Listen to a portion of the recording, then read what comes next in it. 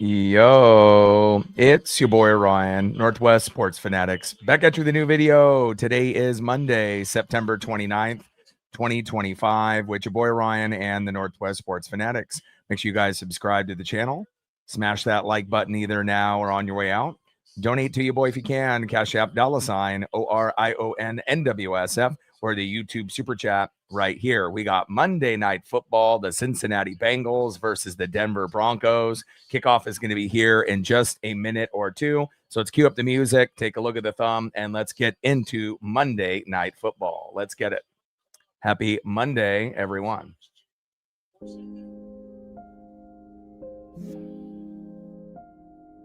And here we go with the kickoff. And we'll see what kind of defense we get from both teams here today. And a pretty good return there right out of the gates. And then with the thumbnail, I had to hit you with Jamar Chase since Joe Burrow is out and Cortland Sutton for the Denver Broncos with a little bit of that Denver skyline background. And we'll see what Jake Browning will do here today. Decent return, 30 yards. First down and 10 at the Cincinnati 30. Marine Bean in the building, what's good? Davis in the building, what's good? University in the building, what's good? First down and 10, and a must-win game for the Denver Broncos if they want to keep pace with the Chargers and the Chiefs. Browning, plenty of time, going down to his check down, and incomplete. Brown was the intended running back there, but are we having any penalties here? Uh-oh. And Patrick Surtain, defensive holding. That's not what you want to see if you're a Denver fan. First down and 10 at the Cincinnati 35 on that 5-yard penalty. And I do think this will be a pretty competitive matchup. At least I'm hoping so. You know, I'm not sure if it's going to end up in a 40-40 tie like we saw yesterday with the Packers and the Cowboys. Ooh, good tackle there. Man, Macmillan was all over him. And Jamar Chase could not get free. Gain of nothing. Second down and 10 at the Cincinnati 35. And I wanted to be able to hop on, you know, about 5 minutes, 10 minutes before kickoff. But the thumbnail took me a little bit longer to do, and it's my prep, you know, to get everything set up. So, but I did make it by kickoff, so that was the goal. Shotgun set on second down and 11. Browning, pressure on the edge, a little check down. And Jamar Chase, ooh, breaking one tackle. And it wasn't Jamar Chase, it was Chase Brown there. Jamar Chase with a nice block, but there's a flag on the play. Let's see what we get here after that 9-yard gain from Chase Brown and Jamar Chase trying to throw some blocks there.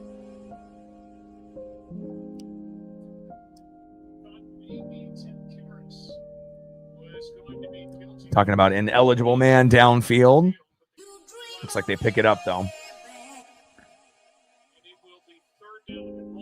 Third down and 1 at the Cincinnati 44. And it's a kind of a damn shame, you know, Joe Burrow got hurt after having that magnificent season with Jamar Chase last year. If you had them in fantasy, you already know. QB sneak. First down, Bengals. Jake Browning leaning his body over that line of scrimmage. First down, Cincinnati on the Cincinnati 46. And we will definitely see a lot of Chase Brown, Jamar Chase, and company. And obviously we know the Denver defense isn't 100% complete. You know, they've had some issues with some of their main individuals being banged up even before the season started. And they definitely will be waiting on some of those guys in the next couple weeks. Handoff off the edge. And Chase Brown, gain of about 4 yards there. Second down and 6 at the 50. Daniel in the building, Cody in the building. What's good? Like, sub, donate, comment, share. If you haven't smashed that like button yet, please do. Help us get to 100 likes, 100 on the dono train, and 5 to 15 subs. 10-0 Dolphins are up on the Jets in the Battle of the Bads that started about an hour ago. Both teams are 0-3, but someone's going to get their first win of the season, and it's looking like it might be Miami. Browning, play action fake, going long, going deep. He's got a man. Incomplete. Double covered by Jamar Chase there. Jones in coverage with the great deflection for the Denver secondary. 3rd down and 6 at the 50.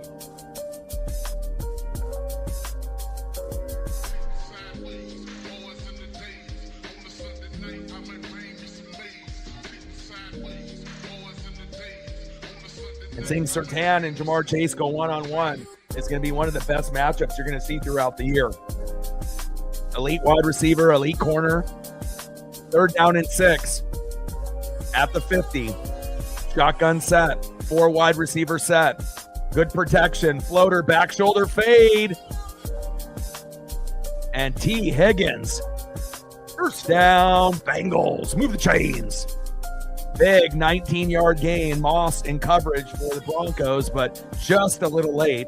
And again, when you got guys like Jamar Chase and T. Higgins, plenty of athletes there at wide receiver, as well as Chase Brown at running back.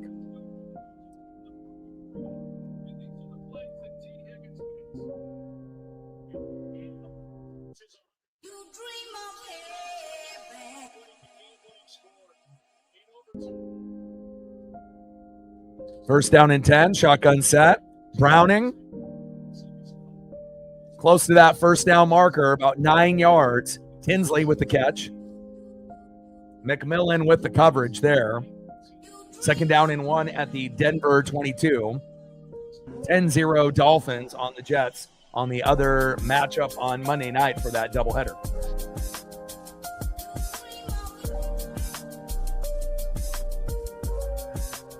And if it wasn't for the Broncos, having to play the Colts and the Chargers early on, obviously the Titans are one of the worst teams in football, so that was an easy win, but they could be 3-0 right now, or at least 2-1. They lost both of those games against the Colts and Chargers at the very last plays of the game. So, Denver definitely is in desperation mode. Cincinnati is flying high with a 2-1 record with no Joe Burrow. So they're just trying to keep pace with the Steelers, who have had an amazing season with Aaron Rodgers. Who would have thought, we probably were thinking that Lamar and the Ravens would be the top dogs in the AFC North. But, if your offensive line isn't good and your coaching and play calling is suspect, and injuries start creeping up like this weekend against the Chiefs, Ravens are in trouble. Shotgun set for Browning. Hands off to Chase Brown. Avoids 1 tackle, nice little jump cut, and gains a couple there. 2-yard gain, Tillman with the tackle.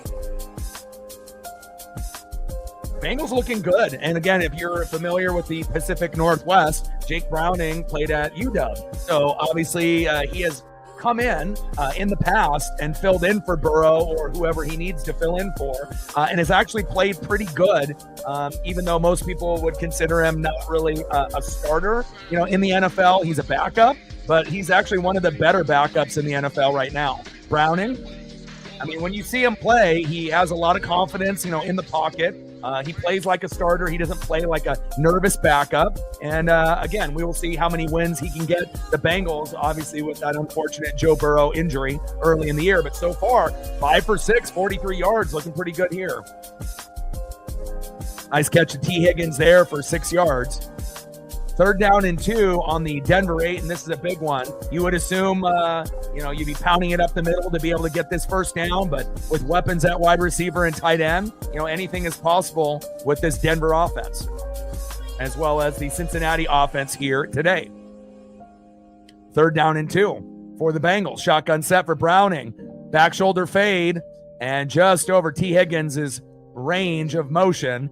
4th down and 2, and I assume they'll kick the field goal here. You want to make sure that you take the points and you take the opportunities that are given to you. You don't want to end up having the, Chip Kelly syndrome where you just go for it every single time, no matter what, because obviously there will be consequences when you end up not getting it, and you want to make sure you take every point that is given to you.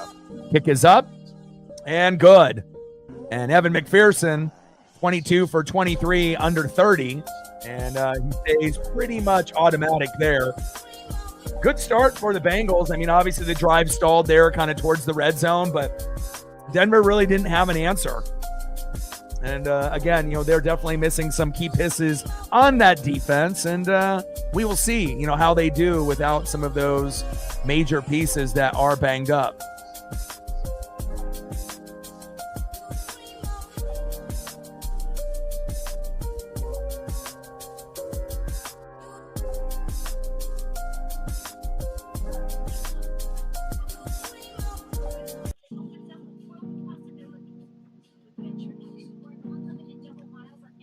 Early start here, 3-0 Bengals. And we'll see if the Jets can actually score any points against Miami in the battle of the bads on the other game. 0-3 versus 0-3. And I'm not really sure if we knew who the worst team was between the two.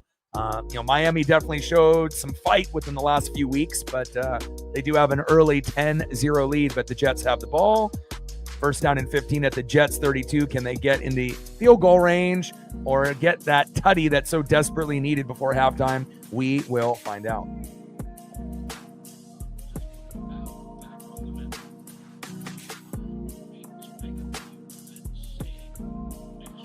It was the correct decision. And, obviously if you, watched any of the highlights or watched any of that particular matchup, the Chargers are a good football team, and they were kind of the front runners to win the division over the Chiefs after starting off really strong. But the reason why they dropped that game to the Giants, it's not like all of a sudden they sucked in 1 week.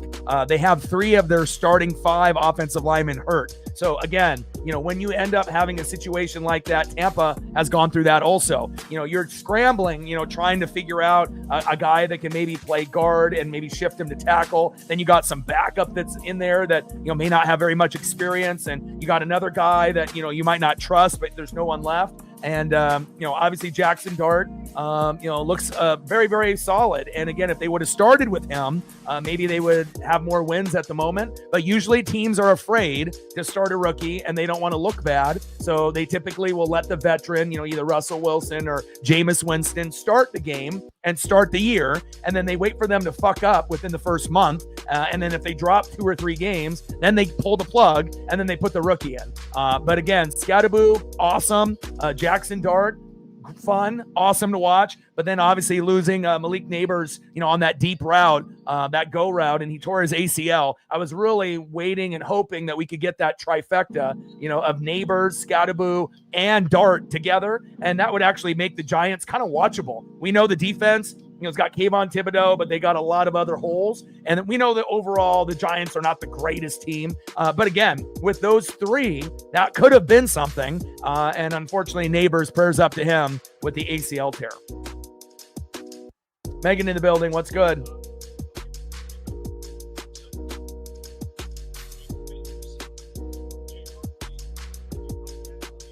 Yeah. So, it's like, oh, did Dart just take over the game? If the offensive linemen weren't hurt for the Chargers, they would have won that game. There's no doubt about it. With their running game and Herbert, Herbert usually isn't running for his life. And if you look at the, teams that they beat up to the beginning of the year, beating the Chiefs and, obviously beating Denver, some quality teams early on, it didn't look like that they were going to lose initially, to a team like the Giants. But again, if you have 3 of your 5 starters, it doesn't matter how good you are, 3-0, 5-0, 6-0, it's definitely one of those things. If you don't got an O-line or a D-line, a defense, good coaching or play calling, you can have the best quarterback, running back, wide receiver, and tight end, and it won't matter. You got to be able to have that good O-line, D-line presence. Knicks, hands off.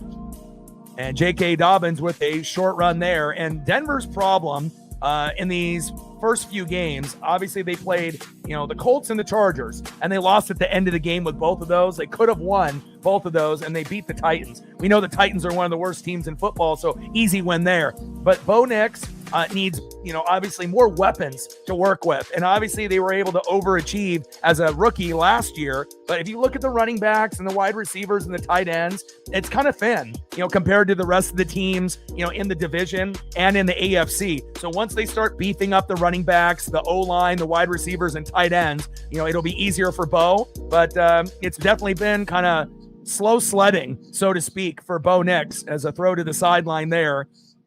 And that's a short gain of 5. there from Mims, but again, they haven't been able to get off to a fast start. And once Denver is able to do that, obviously they can typically rely on their defense to win them games like they did last year, but things haven't really happened according to plan. The Colts ended up being fantastic, and they ran into them early. Chargers were good when they played them. They lost that game. And in all reality, if Denver's defense and offense were just slightly better, they would be 3-0 right now, or at the very least 2-1, but you ended up playing two really good teams in your first three games. So that'll make a difference too.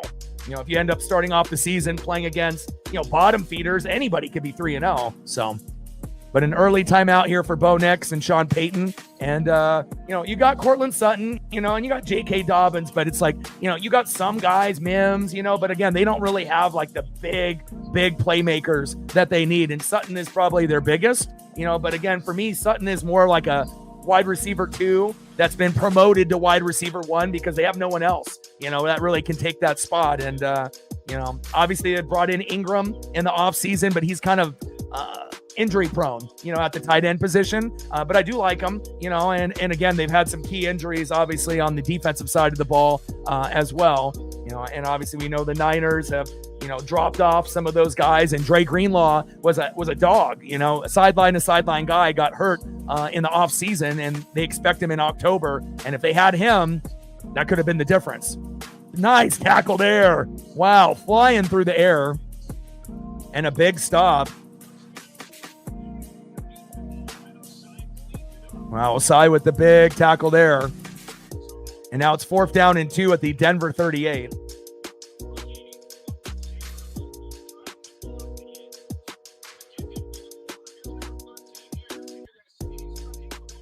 But once, some of the other teams, in the Raiders, the Broncos, the Chargers, once they start beefing up, the supporting cast, and obviously you've seen quite a bit of difference, with the Chargers, even with Omari and Hampton, since Najee got hurt, Keenan Allen coming back. But, getting more weapons for your quarterback, obviously, is going to be key. Denver's offensive line is pretty good, but again, they lack better skill position players than some of the other teams in that AFC West and the AFC. And again, they're kind of like one of those teams that would love to run the ball and then play good defense. And then Bo can scramble and make plays like he did at Oregon. But again, if you don't really have a lot to work with, you can't expect him, to win the division every year. You can't expect Bo Nix to be throwing for 4,000 or 5,000 yards when, your best option might be Cortland Sutton, who is a pretty good wide receiver. Don't get me wrong, but again, it's like for Denver's offense needed to flow properly, they need to fucking like 3 Cortland Suttons, on top of, another tight end with Ingram and, maybe some better running backs than J.K. Dobbins. No offense to him, but, he's more of like an RB2 rather than an RB1. So, and keep beefing up that O-line as well to give him some protection on that backside. Flag on the play. And that's offensive holding there from the Bengals. So that's going to bring them back. 3-0 Cincinnati. Joe in the building. What's good? Yeah, we're ranked number 2 in the nation. And again, Buckeyes number 1. And, I kind of felt, as long as Dante Moore stays healthy, he'll be the front runner for the Heisman. When it's all said and done, he'll be right there in the final 3. And if he keeps playing like he's playing right now, he could possibly be the first pick in the draft. I don't know if I want him to go to like the Saints or, obviously we know the Titans are bad, but they already have Cam Ward. And obviously we know, the Jets, they got Justin Fields, but they probably could use someone better and whatnot. But it's definitely exciting, and to see, where it might go. But again, we have the depth. The quarterback is better than Dylan Gabriel this year and Dante Moore. The O-line is better. D-line is better. Offensive skill positions are better. We're like 6-7 deep at running back. Dan Lanning is an amazing coach. And again, that Penn State win on the road was huge. And again, the only other really tough game on the schedule besides, Indiana coming up this weekend is going to be Seattle, playing there against the Huskies in Seattle on the road, the last regular season game in the Big Ten. But, I'm not sure if I really want Oregon to go undefeated though. Because again, if you go undefeated and then you get like a month off, you lose, just like every team did in the college football playoff. They're not rewarding the teams that are undefeated, with 3 weeks to a month off, because then you have chemistry and continuity that's lost. And then it's kind of better to have 1 or 2 losses like the Buckeyes last year, and then to continuously play every week, and then when you do that, that gains confidence and chemistry. And then you have a better chance of upsetting a team, like Oregon that had a month off, and they did. So, it's like I half of me, wants, the Ducks to go undefeated, but the other half of me kind of wants them to lose like a game or two. So that way that we're still in the college football playoff, but we're not a team that's at the very, very top. So that way we continue to play every week and kind of do what Ohio State did last year. It kind of looks like that might be the recipe to win a natty, but whatever happens, 10-2, 11-1, 12-0. And maybe if we go 12-0 this year, maybe they won't lose, after having a few weeks off, unless they change that format for the college football playoff. So 3-0 Bengals as we're coming back from the commercial break. 6:48 left in the first quarter. 3-0 Cincinnati.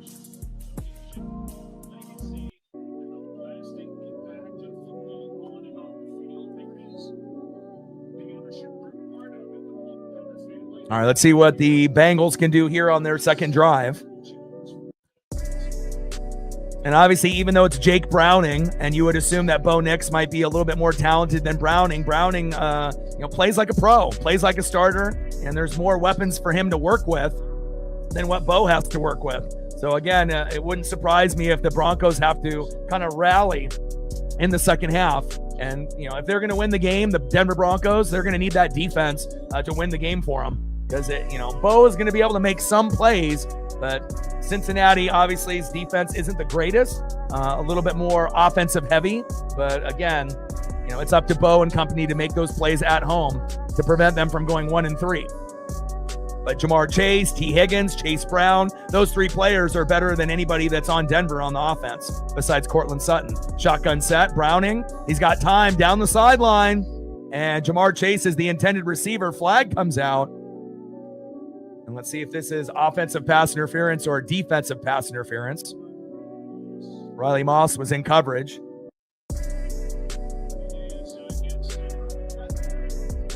Pass interference on the defense. Yeah, and I think that's exactly why the Dodgers, put their A lineup pretty much every day, besides the first game where they rested Mookie and Freddie, but Shohei played. And then obviously as that last game, it was like their A-plus lineup with Kershaw. They're trying to get locked in to try to not only beat the Reds, but to continue their march, to the World Series. That's for sure.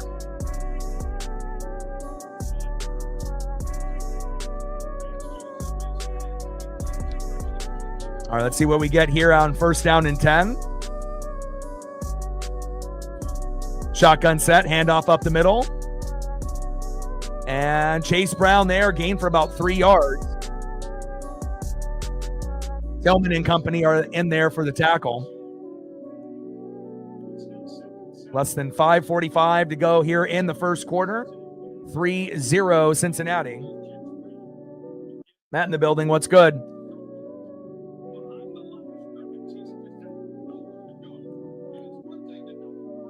And nice to be able to see the Jets got a field goal before half. The battle of the bads, the battle of the 0-3s.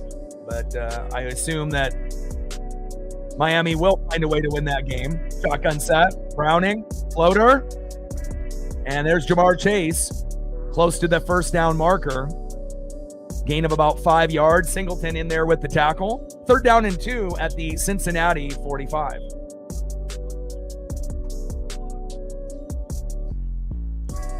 But I'm super excited about the wild card games.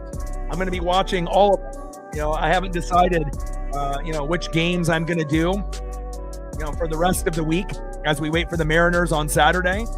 And obviously, big game with the Seahawks and the Buccaneers on Sunday. There's going to be a lot going on in Seattle this weekend, but I will do a couple of the games. Kind of just depends on the time and who's playing. Shotgun set, 3rd down and 2, floater towards the sideline. Higgins, one-handed grab. Great defensive coverage there by the Broncos secondary. And now it's 4th down and 2 at the Cincy 45, and you would assume that they'll show them some respect, and we'll see if Bo Nix can get this offense going. And it looks like they said, nope, we're not going to punt. No respect, and they're going to go for it here on 4th down and 2.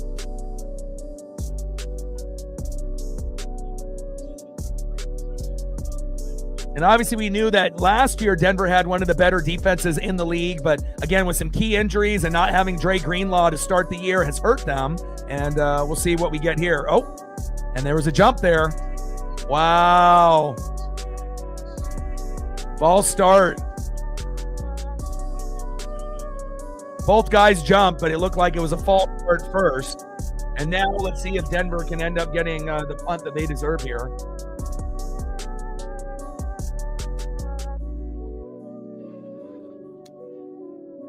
Yeah, and again, some teams in the NFL, if you pay attention closely, some teams will continue to run the same play over and over, sometimes with different options, on where they want to go, unless they're running a running play, and they just continue to run it in the same spot until the defense stops them. And, you get certain teams, that are kind of prone to that. You'll see it, here and there if you're paying attention and whatnot. And, obviously, we know with Brown and Peyton, they're, two guys that, are kind of known for that. And they finally end up getting the respect on that false start penalty. And we're going to have a punt here.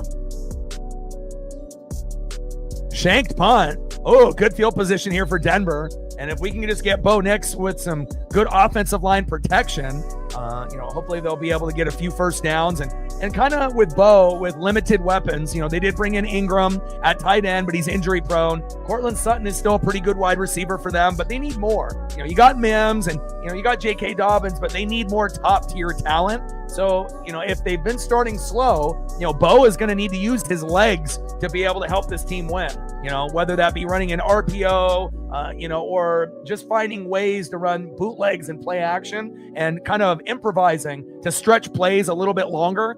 Because based on the talent that they have at running back, tight end, and wide receiver, it's pretty thin. Again, it's compared to some of the other teams in the division, as well as compared to some of the other teams in the AFC. So it's kind of crazy they overachieved as much as they did last season. But definitely they need to work on that side of the ball. And hopefully in the next 2 to 3 years, they continue to draft smartly on that side of the ball, offensive line and skill position players, as well as, a piece here and a piece there for the D, which is, it's not 100% complete, but the D is, more complete at this point than the O. There's no doubt about that. And again, if they didn't play the Colts and the Chargers early on, or if they just would have been able to execute at the end of the game, they could have been 3-0 at this point or 2-1. But, when you end up playing the Colts and they have, a great year this year to start off, and you play the Chargers in the first 3 games and you lose at the very end of the game in both, it's rough, especially when the expectations for Denver were pretty high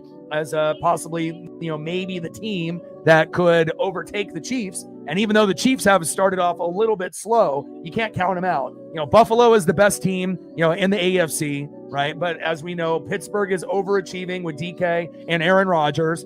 Ravens are, kind of going into the wrong direction. Colts are surprising. Chargers and Chiefs started off strong. But again, the Chargers have 3 offensive linemen that are banged up. So I assume that they'll, continue to take a few L's here and there, unless they can get that figured out. Obviously, losing to the Giants is not ideal, but Jackson Dart is exciting. And then they ended up losing Malik Neighbors. So we'll see where it goes. But again, 3-0 here early on with Cincinnati with 4:24 left in the first.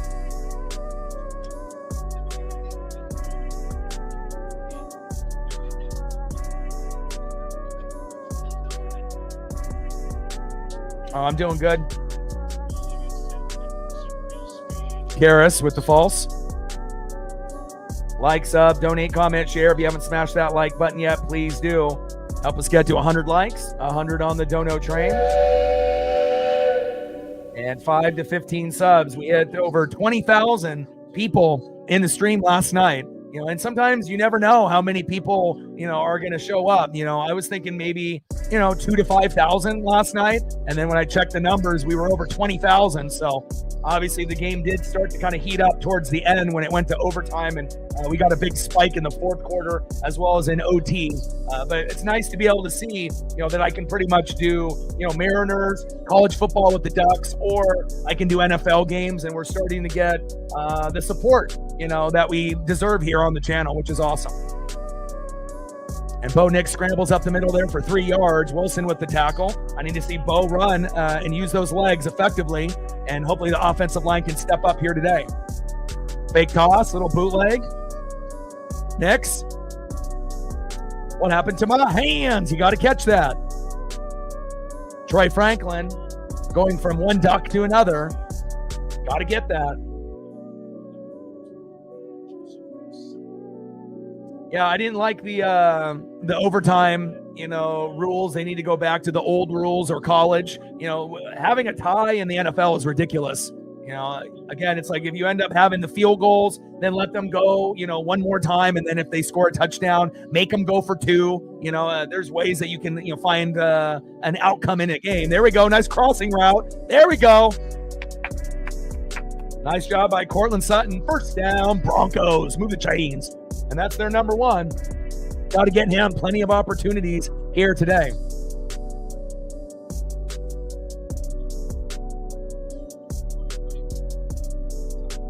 But I will say this, the Packers and Cowboys put on a fucking show. The Packers, quote unquote, the experts thought they were going to blow out Dallas. I thought it was going to be close. And, I didn't know it would be 40-40 in a tie, but that definitely lived up to the billing, for a lot of the Sunday night, Monday night games that end up being pretty good. Nice pass. Go, baby, go. Nice block. First down, Broncos. There we go.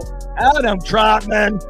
Big tackle from Knight from behind. 26-yard gain for Bo Nix. Go Ducks. Move the chains. Let's go.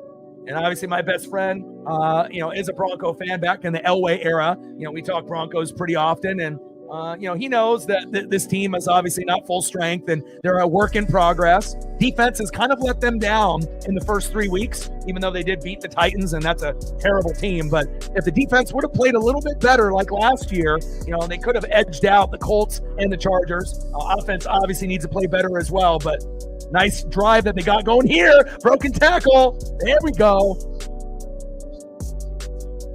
Harvey.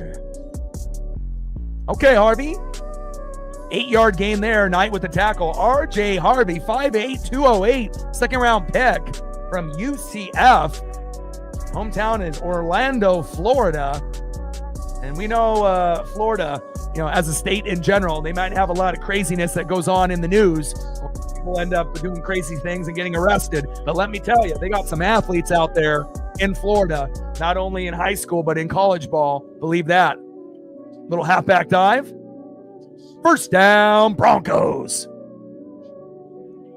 Little fullback dive. And again, you don't really see fullbacks, that often anymore. Obviously, you'll see people run the I formation and whatnot, but, just having a fullback on the roster is pretty rare. Nowadays, we obviously know with Juszczyk with the Niners and a few other teams, but, most teams have shifted to double tight end sets or just with an extra receiver. But it's kind of cool to be able to see a position that is kind of fading away being used from time to time. First down and 10 for Bo Nix. Handoff up the middle. And J.K. Dobbins there for a gain of about 5. And on Hill in there with the tackle. Second down and 5 here. And Denver is knocking on the door.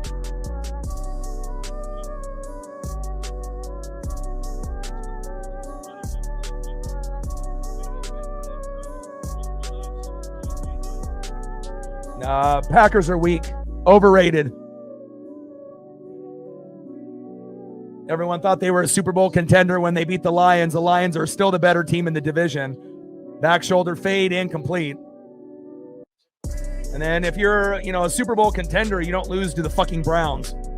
And then you pretty much tied with the Cowboys. So Packers are a good team, but they're not elite. There's definitely teams that are better. Eagles, Rams, Bucks, Lions. just to name a few. Hell, maybe even the Seahawks are better than them. We'll wait and find out.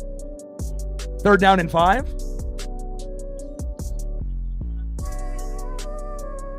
Pass incomplete to Bryant. They got to find a man. 3rd down and 5. Shotgun set. Pressure off the edge. Nix. Run it.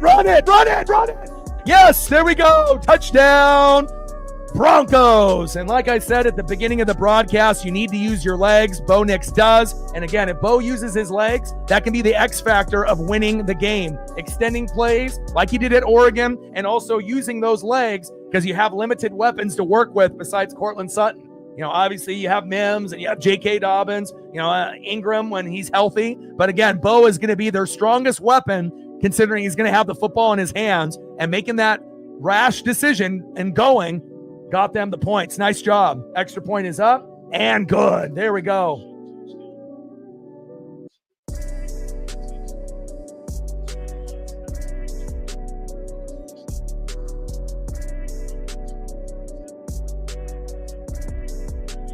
Nice job by the Denver Broncos.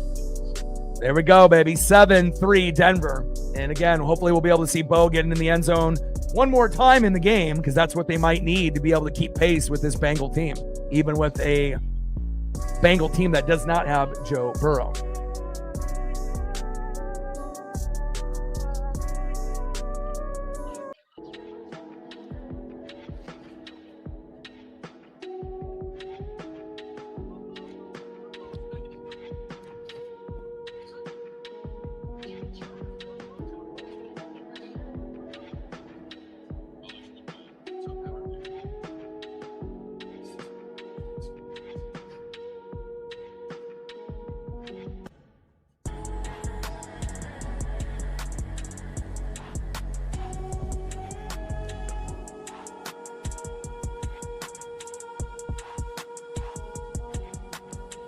Great start, and I'm glad that we got points on the board. Obviously, a little bit more entertaining than what you got cooking, obviously, with the Miami Dolphins and the New York Jets with the Battle of the Bads, both 0-3. 10-3 Dolphin lead as the third quarter is just started to get underway. 13:21 left in the third.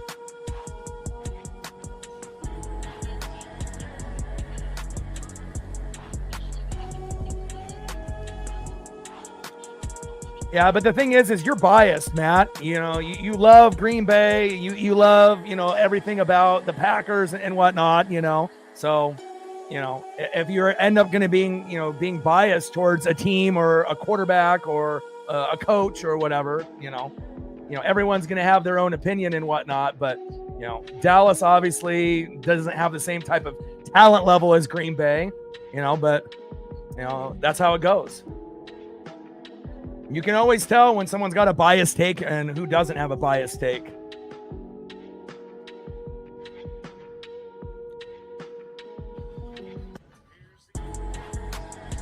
Do you like Green Bay more than Dallas? And the answer is yes. Do you support Green Bay? Yes. Do you like Green Bay? Yes. Don't lie. Just because you like Green Bay more, it's okay. Not every team that you root for is going to be, a championship contender. Sometimes you have to go through the process.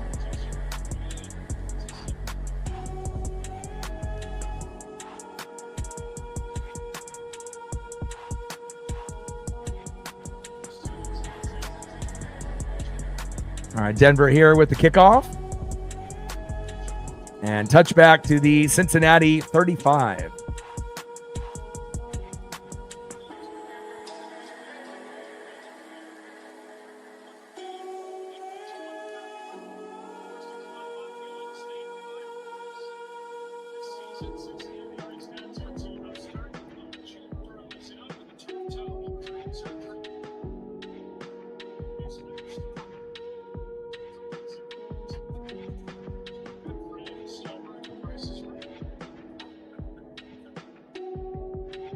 All right, first quarter winding down. Shotgun set, handoff up the middle.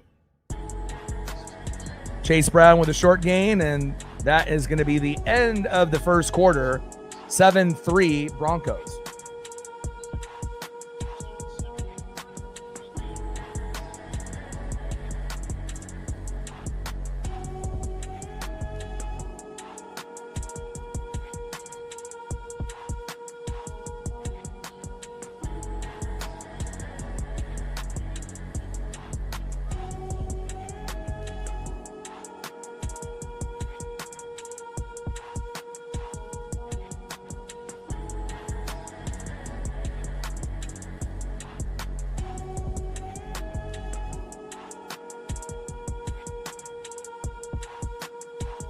End of the first quarter, Denver Broncos 7, Cincinnati Bengals 3.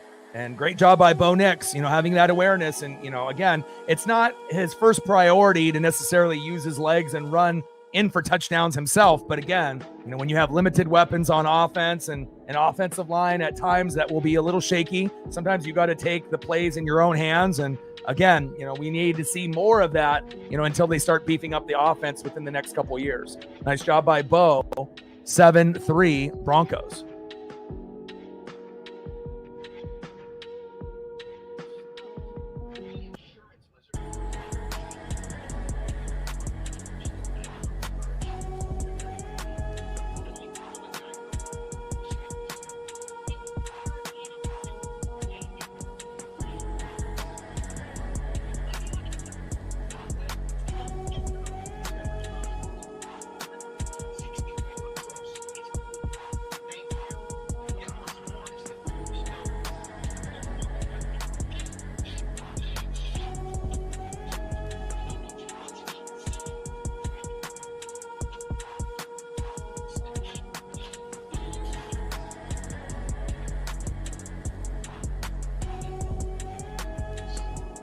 If the Bengals want to get back into this game, they need a heavy dose of obviously Chase Brown, but they're going to have to get the ball to one of the best receivers in the game in Jamar Chase. And hopefully they'll be able to get a few plays to him to make this game go back and forth and be interesting, not only in the first half, but obviously as we get later into the matchup.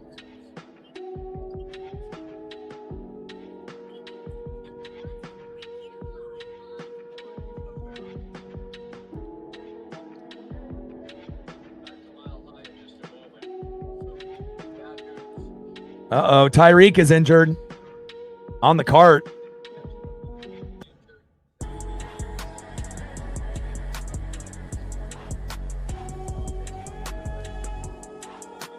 Hopefully Tyreek is okay. A lot of these newer alternate jerseys haven't really hit the mark. There's been a few that look okay, but I feel like the baseball jerseys did a little bit better job recently. Nice pass there by Jake Browning. Gesicki, the former Dolphin. 8-yard grab. Barron with the tackle. 3rd down and 1 at the Cincinnati 44.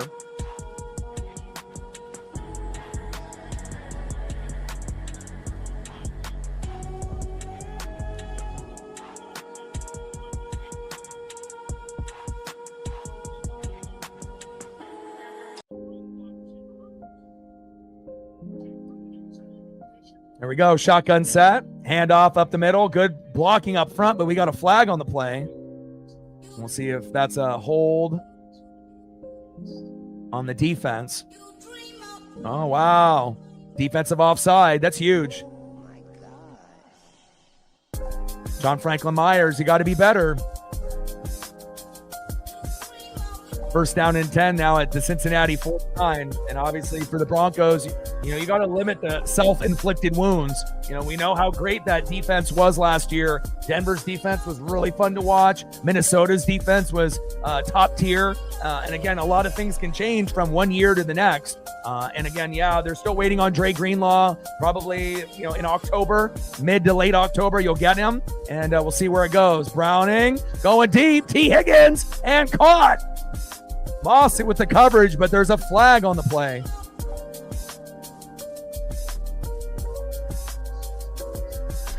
Looks like it's going to be illegal formation. Yep. T. Higgins for 36 yards gets erased. Another self-inflicted wound, but this time on Cincinnati. And hopefully this one will end up being kind of back and forth. Not necessarily with the penalties, but with big plays. Don't expect it to be 40-40 like the Packers and Cowboys last night, but I definitely want to be entertained throughout this whole matchup. And it's nice to be able to see Browning, go deep. He's not just dinking and doinking like a nervous backup. He's playing like he's the starter, and he has been for Cincinnati. Good confidence from Browning, the former Husky. And we got a false start, another self-inflicted wound. Come on. Fairchild with the jump. 1st down and 20 at the Cincinnati 39. Dolphins up 17-3. And they have no Tyreek. But obviously, what does that say about the Jets and whatnot? I mean, they were happy to let Aaron Rodgers go, and now it's even worse with what they have over there. But again, we'll see. Dante Moore might end up being a Jet next year and the first pick in the draft. Obviously, the Saints need a quarterback. Jets need a quarterback and a few others. Chase Brown, handoff up the middle. Don't know if I really want Dante Moore on either one of those teams, but I think maybe being on the Jets would be better for him. At least he'd have Garrett Wilson to throw to. A lot of the Saints players are kind of getting older, even though they got AK-41 and Olave. But, their players are kind of getting to the point where, Cameron Jordan, Demario Davis, they don't even have Lattimore anymore, who went to the Commanders. Like, they have a lot of retooling to do. And we got an injury down on the field. I hope he's okay. Zuraike on the ground. Hopefully he's okay. Commercial break.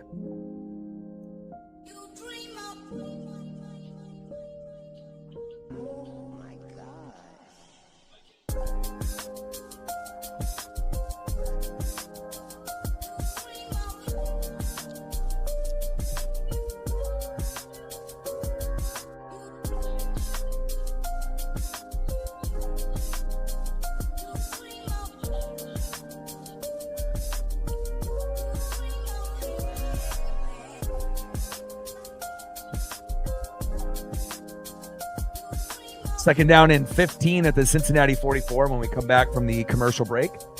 Like, sub, donate, comment, share. If you haven't smashed that like button yet, please do. Help us get to 100 likes, 100 on the dono train. And 5 to 15 subs. 58 subs to get to 22,400.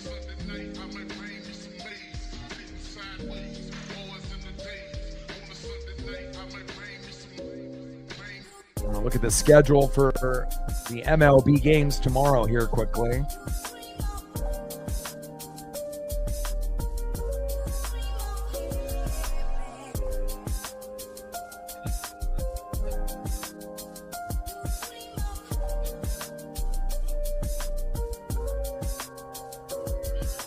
All right, so tomorrow the Tigers and Guardians are on at 10 a.m., Padres Cubs at noon, Red Sox Yankees at 3. And then Dodgers Reds is at 6. So I'll probably do Dodgers Reds just because it's the last game based off the time. And then obviously my dad being a Dodger fan, I'll probably go that particular route. And then let's take a look on Wednesday if it's the same schedule. Because obviously during the games early in the morning, we're only going to get so many people that will be available. And then Wednesday, Reds and Dodgers again, same time. And then possibly on Thursday, unless we end up doing the Rams and the Niners on Thursday Night Football. So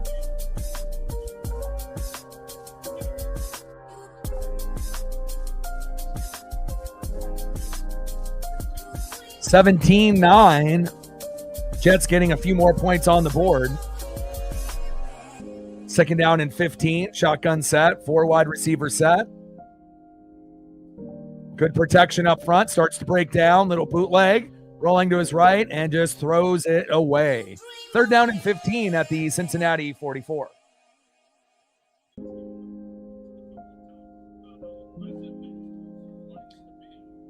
Yeah.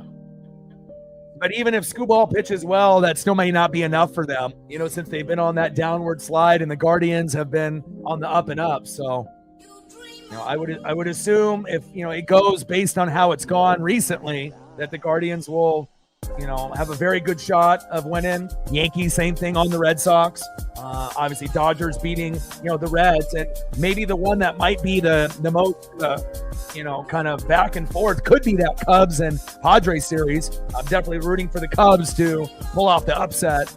Obviously the Padres, have been kind of a top dog the last few years and whatnot, but it's kind of cool to be able to see a team that normally doesn't go have a great successful year, especially when they got a guy like PCA, Pete Crow Armstrong. Fun player to watch. Delay a game, 5 yards.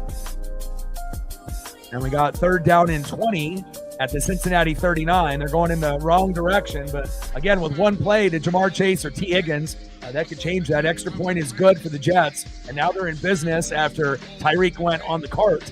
and now it's 17-10 Miami. Shotgun set on 3rd down and 20. Little check down, Jamar Chase.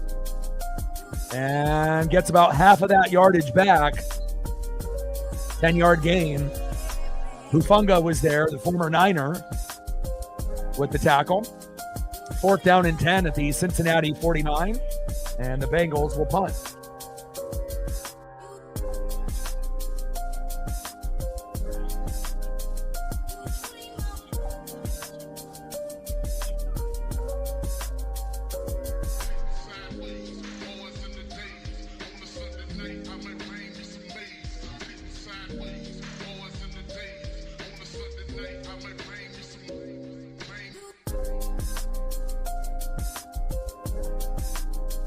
Who's Scooball matching up with? Who are the Guardians putting out for their starter against Scooball?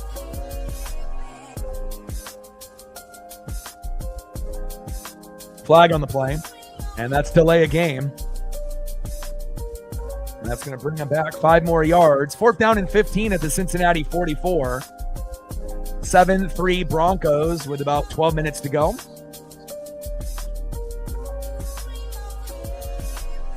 Williams, okay.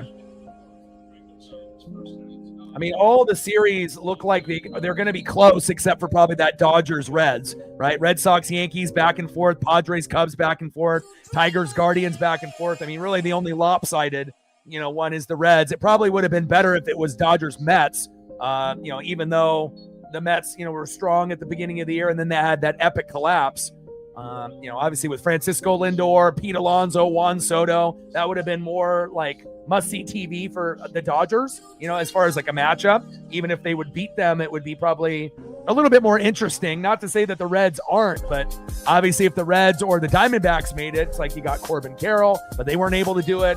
Ellie De La Cruz. So, you got a couple players, on the Reds, but obviously that's the, lowest ranked team that ended up making it on the last day. So I don't think anyone thinks the Reds legitimately have a chance, but, you never know. Baseball is crazy. A lot of the road teams have had success in the last 2 years. So having, home field advantage, so to speak, isn't as big, in the MLB playoff structure within the last 2 to 3 years, as much as you think it would be. So.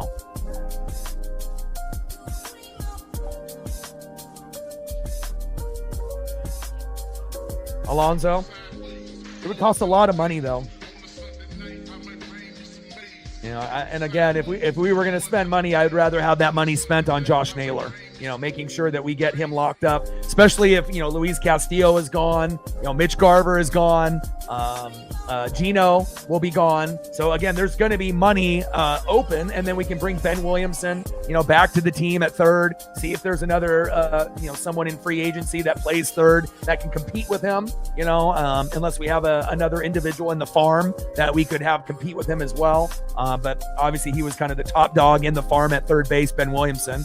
And then, eventually we'll start getting some of the other guys to come up, like Cade Anderson, Durangelo pitching from the left and the right, Lazaro Montez. And then the guy that's probably going to be the closest to coming up will be Colt Emerson. And eventually he'll take J.P. Crawford's job once J.P., gets a little bit older. And that'll be the guy that will be playing shortstop at some point.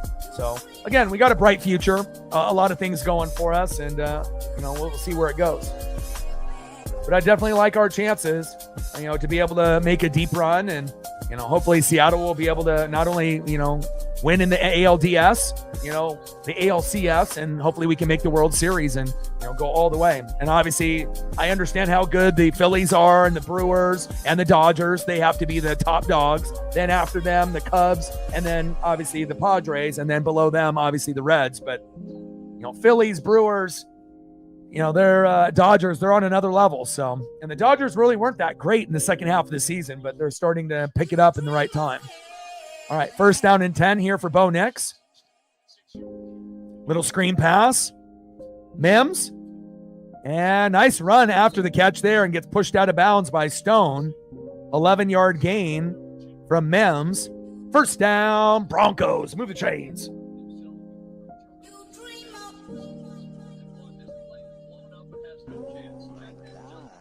Wow, look at Justin Fields' run. Wow. Reversing the field And that's how they got their touchdown? Insane. Wow, Dolphins defense is terrible. Wow, good for him. Shotgun set for Nix. Pressure coming. Little check down again. And Adam Troutman there, short right for about, 8 yards? Or are they calling it incomplete? I didn't get both feet down. Incomplete. Second down and 10 on the Denver 31.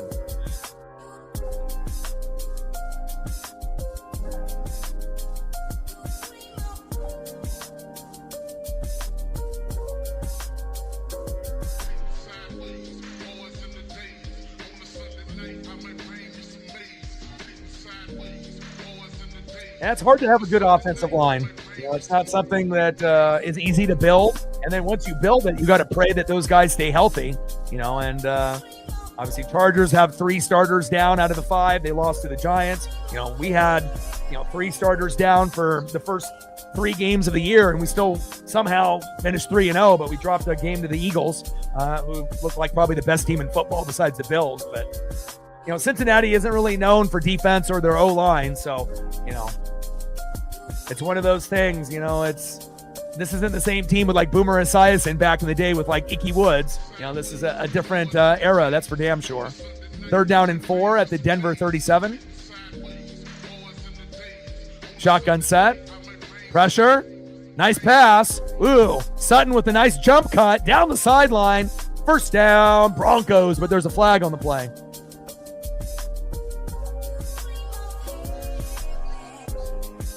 Ooh, offsides on Cincinnati. Big play.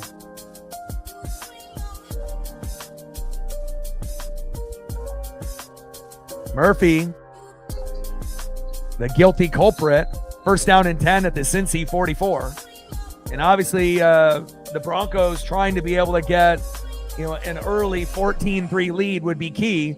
Obviously since they are 1-2, they are going to be the more desperate team. Cincinnati's playing with house money being 2-1 with no Joe Burrow. Shotgun set. 3 wide receiver set. Nix looking. Got a man. Oh, looked like a wheel route. And just out of his hands. Incomplete. And if Harvey comes down with that, that would have been a chance for 6.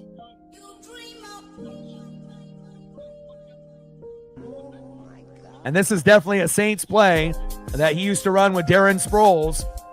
And again, being a Buck fan, anytime I see Sean Payton calling plays, it's the same thing that he would run with Drew Brees. Just need to have a little bit more touch on that throw, Bo. 2nd down and 10, handoff up the middle. Nice little cut there. And Harvey is very shifty. 6-yard gain. Jenkins and Stone with the tackle. 3rd down and 4 at the Cincinnati 38.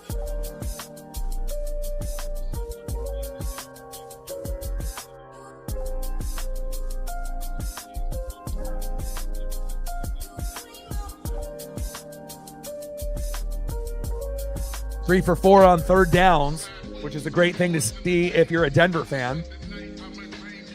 17-10 Dolphins up on the Jets still in the 3rd quarter. And Bo, use your legs if it's there. 3rd down and 4. Shotgun set. Run! Little check down. There we go. Go, Sutton. Go. Go. Go. Nice spin move. First down, Broncos. Could have got the first down, maybe a 5 or 6 yard gain. Keeps his eyes down the field. Goes to his number 1 target, Cortland Sutton. And Sutton comes up with a big play. First down, Broncos. And now we got an injury with a Bengal player on defense. And again, have Bo use his legs. And obviously Sutton is going to be, I wouldn't say a matchup nightmare for a corner or a DB. But even though he's a little bit older, he's still very good. And again, he can play the wide receiver 1 or the wide receiver 2 position. Obviously, at this point, he's going to be the 1 because you don't really have anyone else. You have other guys that are, not on his level like Mims and a few others. But, hopefully in the near future, they'll be able to get a big body receiver and maybe another faster slot receiver to kind of help out as Demetrius Knight Jr. Is on the ground there, rookie from South Carolina. Hopefully he's okay.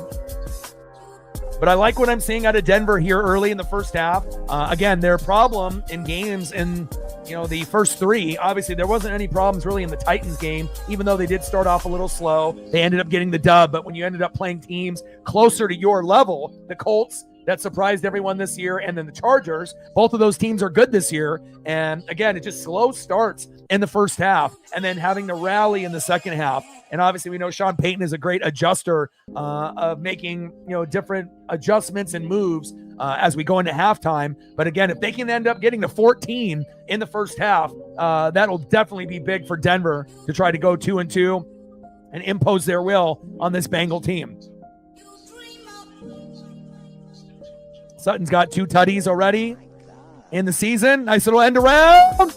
Touchdown, Broncos. What a great play call. Oh, baby. Mims getting in there. And again, you couldn't have scripted up a better play call right there. Marvin Mims Jr. He may not be as good as Courtland Sutton, but he's got the speed, and he found a way, rumbling down that sideline. Touchdown, Denver. Beautiful. Extra point is up and good.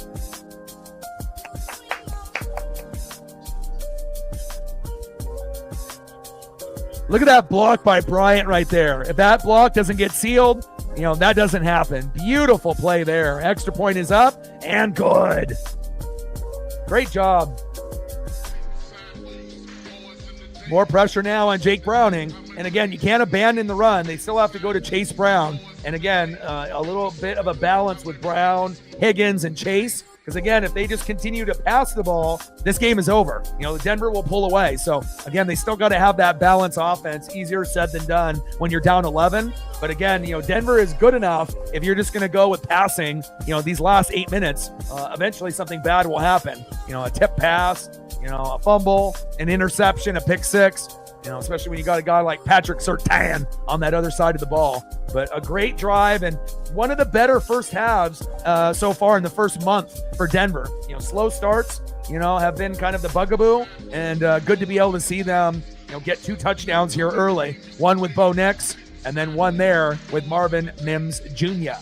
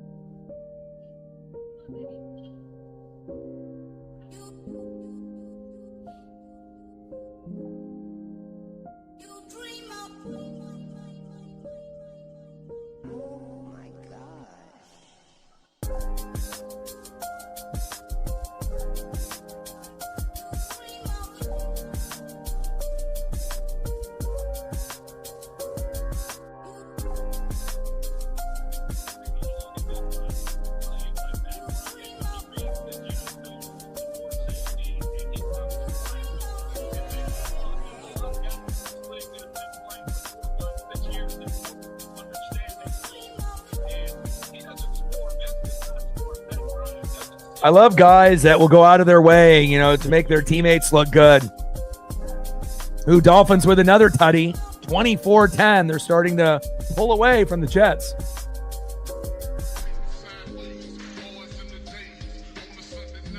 All right, Broncos with the kickoff. See what kind of return that we get here from the Bengals to the 20, the 25. And nice gang tackle by Denver there. Flag on the play. See if that might be holding on the return team, possibly. Let's find out.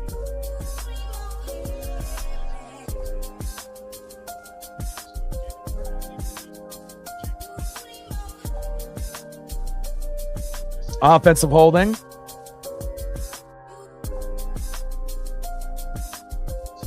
59-yard kick going for 23 yards, but then after the penalty there, it's going to be all the way 1st and 10 at the Cincinnati 14. And again, self-inflicted wounds. You can't have them if you're Jake Browning. You can't have them if you're Bo Nix. Again, it's not like this is Joe Burrow back there. Now, Browning is still capable as a backup, but again, he is going to be limited, and we'll see if the offensive line can give him time or if Denver's defense is going to impose their will.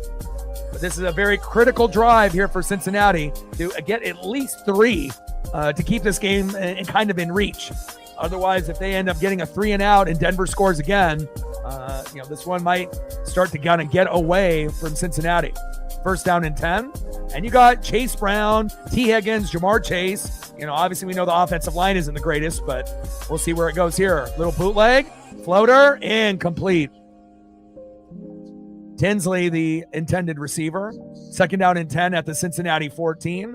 14-3 Denver.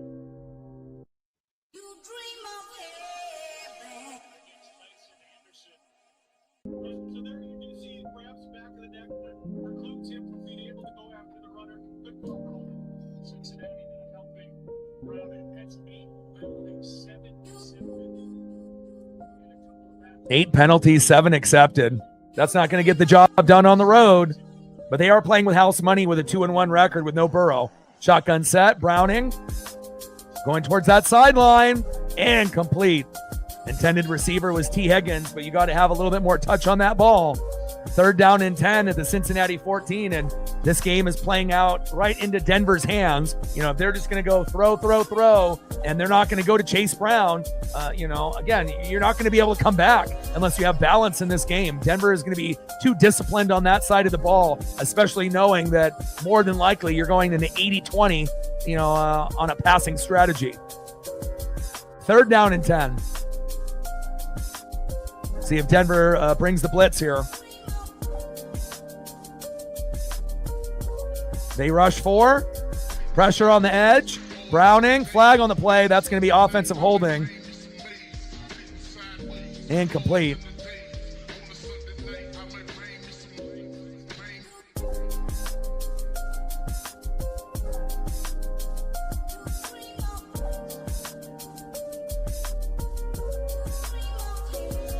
Mims with the hold. 4th down and 10. Great job there by Denver's defense. And again, the Bengals, you're not helping your quarterback out. You got to run the ball. And if you're not going to run the ball with Chase Brown, give him little screen passes. Let him be able to touch the ball and get some yak yards. It just can't be Higgins and Jamar and you're just going to be going with the, regular passing, strategy when you're down 11 on the road.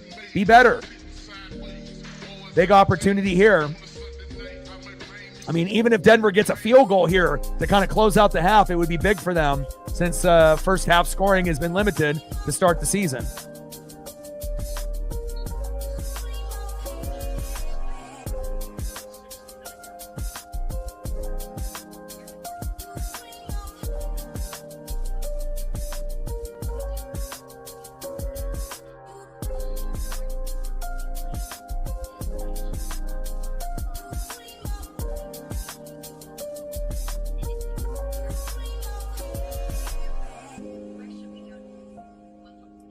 $8:11 left there in the second quarter. Like, sub, donate, comment, share. If you haven't smashed that like button yet, please do. Help us get to 100 likes. 100 on that dono train. And we'll be looking for 5 to 15 subs. Let's get it, baby.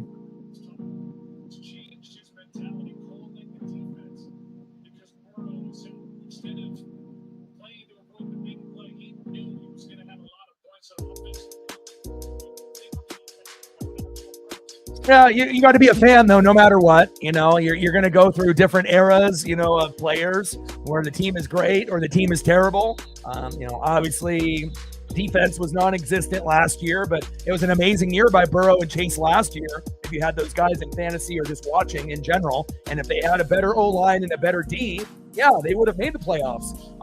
And obviously the Burrow injury is not ideal and whatnot, but hopefully he'll come back strong later in the year and next year. And There's not very many, quarterbacks in the league that are better than Joe Burrow. So, you at least got that going for you.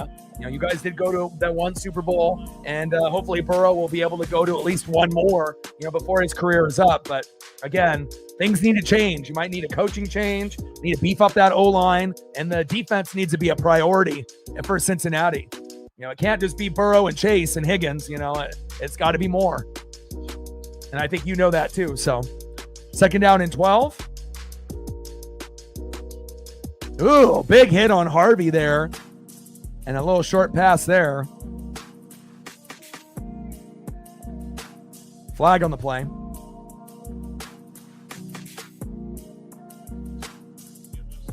Was that ineligible downfield or illegal use of hands?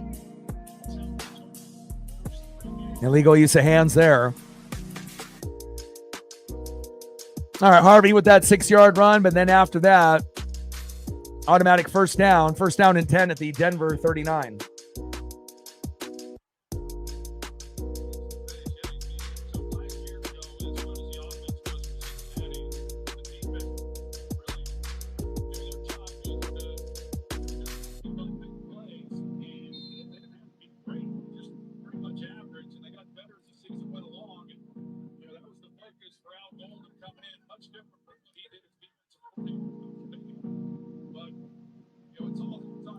First down and 10. Nix.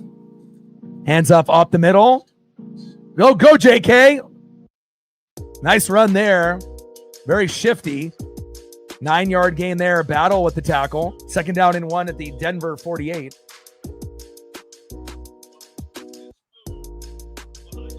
And these bots are coming in full force during football season.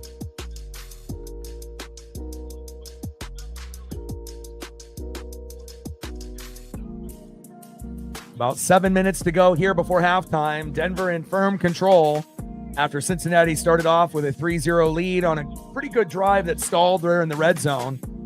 But again, they cannot go away from Chase Brown, and let's see if Denver can impose their will here. Nice play. Great blocking up front. Runs into his own guy. Wow, JK. Got to keep those eyes locked in and those angles ready to pursue, and even running into his own guy. Big first down, 12-yard gain. Move the chains. First down and 10 at the Cincinnati 40, and they are looking like they're on the cusp of scoring here again shortly.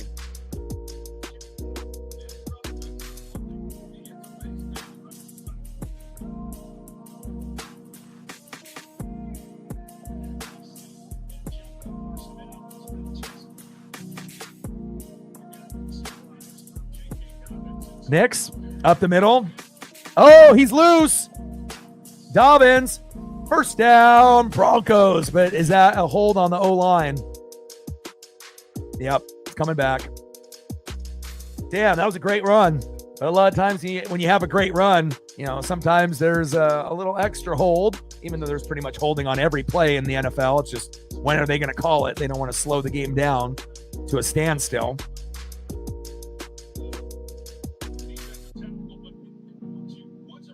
First down and 19 after that offensive holding there by Denver, but hopefully they'll be able to get some of these yards back.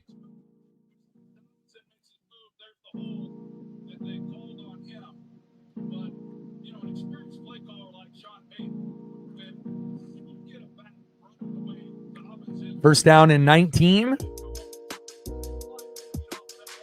Shotgun set, little screen, and good pursuit there by the Bengals. 3 of them. Knight and Hill are there, and Harvey with a 2-yard gain. Harvey's got power, and he's kind of slippery out there. That was a pretty sleeper draft pick, by them. Second down and 17 at the Cincinnati 47. 24-10 Miami, still in the third quarter over the Jets, the battle of the bads, both 0-3. But someone will be 1-3, and you assume the Dolphins will be 0-4, or the Jets will be 0-4. Excuse me. Got a man. There we go. First down, Broncos. Bo Nix to Troy Franklin. Oregon Duck to another Oregon Duck. Move the chains. There we go. Nice job, Troy. Nice job, Bo. Go Ducks. Big 23-yard gain for Troy Franklin, finally getting an opportunity to run a good route, get a little bit of separation in between that zone, and a tackle by Wilson. First down and 10. Shotgun set, handoff up the middle. I like Harvey, man. Harvey is slippery.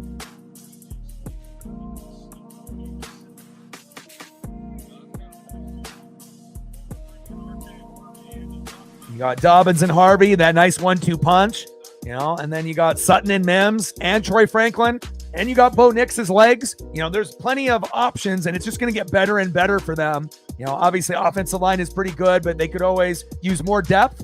And then, defense needs to continue to do what they do. Nice tackle there.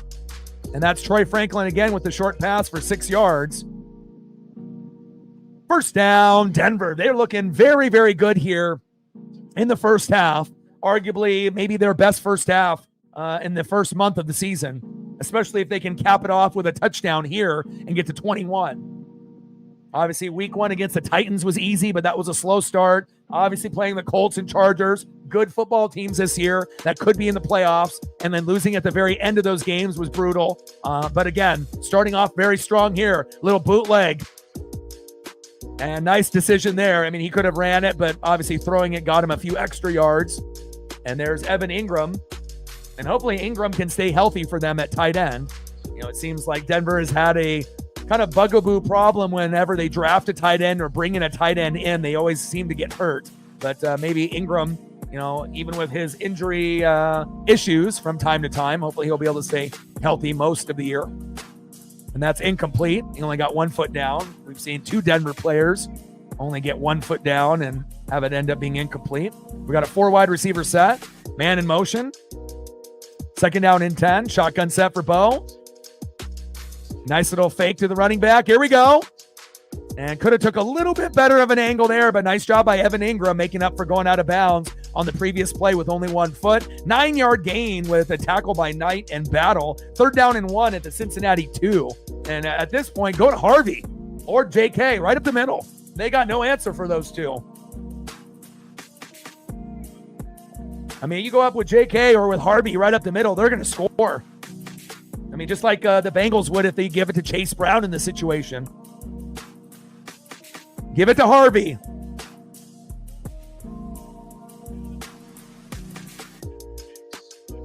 Oh, direct snap to Harvey. I don't know if I like that. And trying to bounce it to the outside and gets caught from behind. Should have went right up the middle. And it should have been Bo Nix. I mean, that was like Broncos getting a little too cute there. You don't need to do a trick play. Just have Bo Nix line up under center, and then hand it off to RJ Harvey and let him just scamper in. Not a direct snap. Come on. Come on, Sean Payton. You're better than that. 4th down and 1. And obviously the smart play here would be to take the points, even though you can score. But take the points, kick the field goal. You blew it on that last play. If you would have just handed it off to Harvey, then you more than likely would have scored if you went right up the middle. But because if you go for it here on 4th down, there's a chance that you don't get it. And do you really want to give up a chance of going up 14, especially with all the issues that they've had, in the first 3 weeks?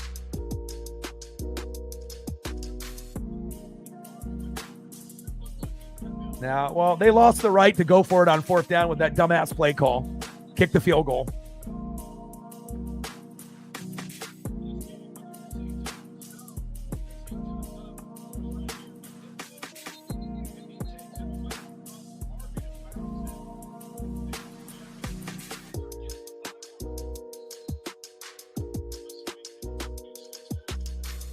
All right, they're going to go for it.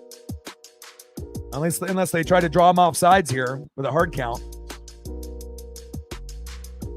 Bo Nix, little bootleg. Looking, and intercepted. Dumbass call. And that's why I'm in the job that I do. And Matt, you do what you do. And that's why you don't go for it on 4th down. Again, everyone thinks that they're going to be able to score, and again, you blew that opportunity with the dumbass play call with the direct snap to Harvey, right? You take the points when the points are there. You end up thinking you're Chip Kelly on every fucking play, then some dumb shit like that happens. And instead of being up by 14, now you're only up by 11 and you turn the ball over. Stupid.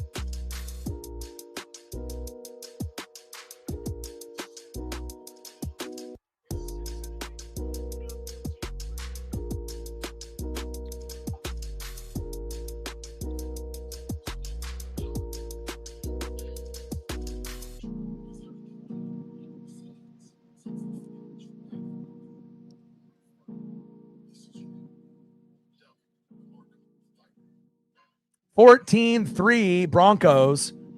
And now we'll see if Cincinnati can find a way to get the job done. But again, you got to play smart football, especially when the season hasn't gone, in your favor. It's not like you're 3-0. You're 1-2, and you're 1-2 for a reason, playing against the Colts and Chargers, not being able to close games out, starting slow in the first half.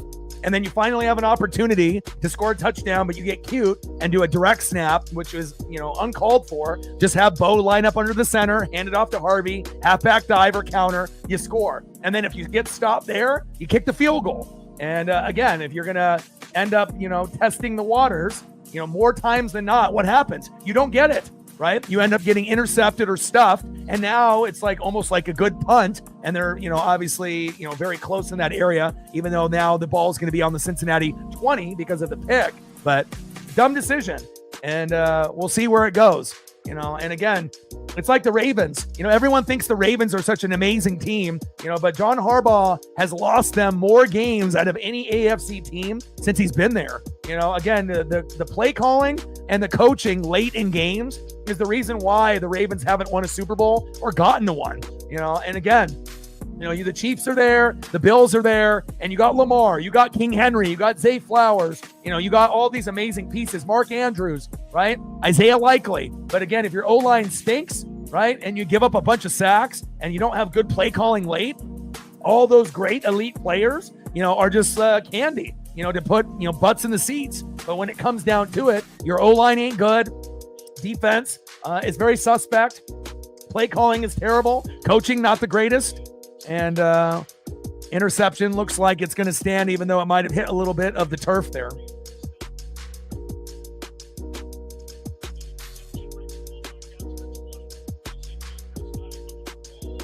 Yeah, it looked like something serious happened with Tyreek. But it's not like they were going to win a bunch of games even if he did play this year. They just got a field goal, 24-13. It's bots, because every football season you're kind of newer to the channel, from the Mariners this year, but every year, I've been doing this for 13 years, 9 on YouTube, and the football bots has been something that's been happening, every year when I do college football and NFL. It happens, every year for like the last 6-7 years. So, and Browning going towards the sideline, and now we got 3rd down and 3.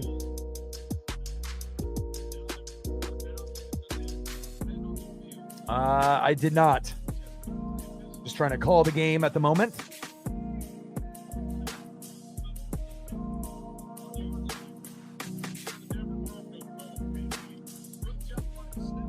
(24-13) Miami. 14-3 Broncos.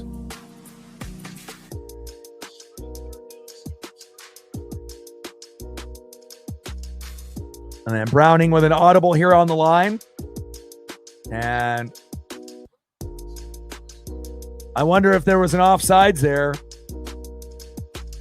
Denver jumped, and obviously there was no call.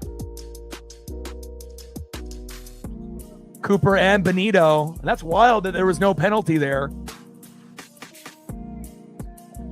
Let's take a look to see. Wow. That was very, very close, it seemed like. They jumped it right at the right time, both guys off the edge. And then the Bengal offensive lineman kind of just stood there assuming that the late flag would come out, but it did not. Nick Benito was a stud last year as well. And now it's 4th down and 9. And Cincy, if they're not going to run the football, they're never going to get back into this game, even with the Broncos' suspect play calling.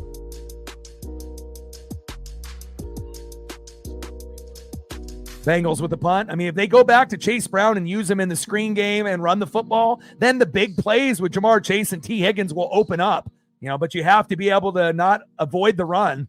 I mean, I get it. You're down by 11, but hell, you could be down right now 18, if they actually had, better play calling by Sean Payton and Bo Nix there. But that was a terrible, decision, for the direct snap instead of just doing a regular halfback dive and then going for it, which was stupid as well. You just take the points when they're there. If you have to go for it late in the fourth quarter, fine. But, don't be going for it early.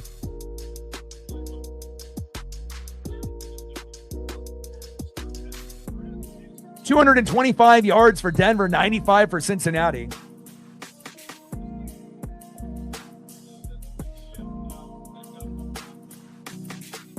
Yeah, I'm definitely looking forward to the Mariners on Saturday, but some other matchups obviously during the week as well. Shotgun set. Nix. Little check down. And Ingram there with the catch.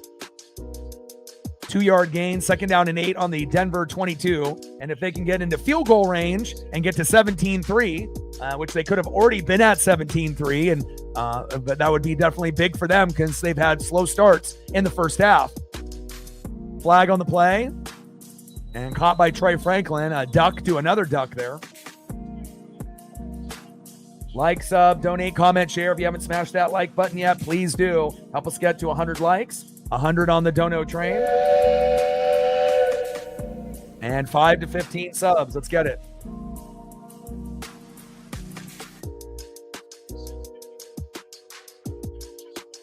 $58 subs to go to be able to hit 22,400.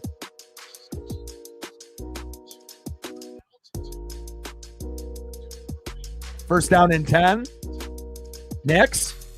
Plenty of time. Oh, what happened to my hands? Pass incomplete to Ingram. Come on, Ingram. You got to have better hands. 36 career drops. That's unexcusable, my guy.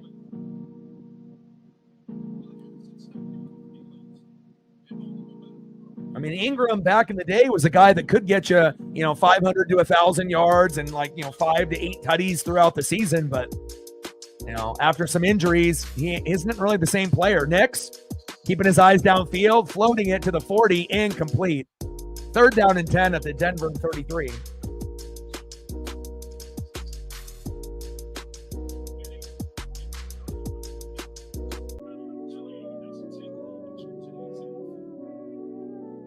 (24-13) Miami.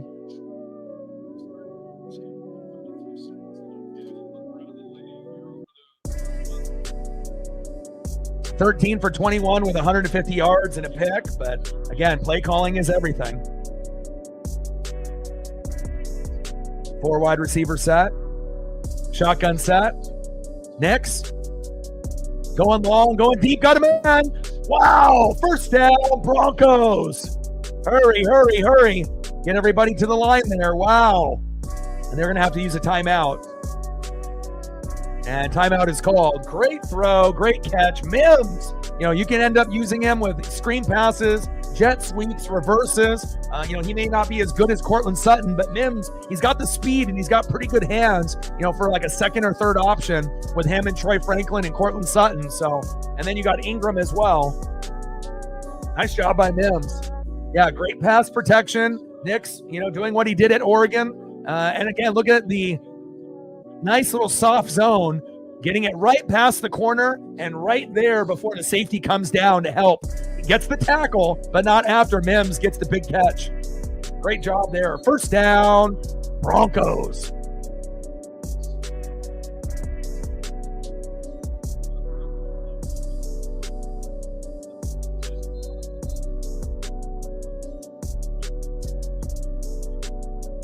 Will Lutz's career is 60, but they don't really need to worry about that right now.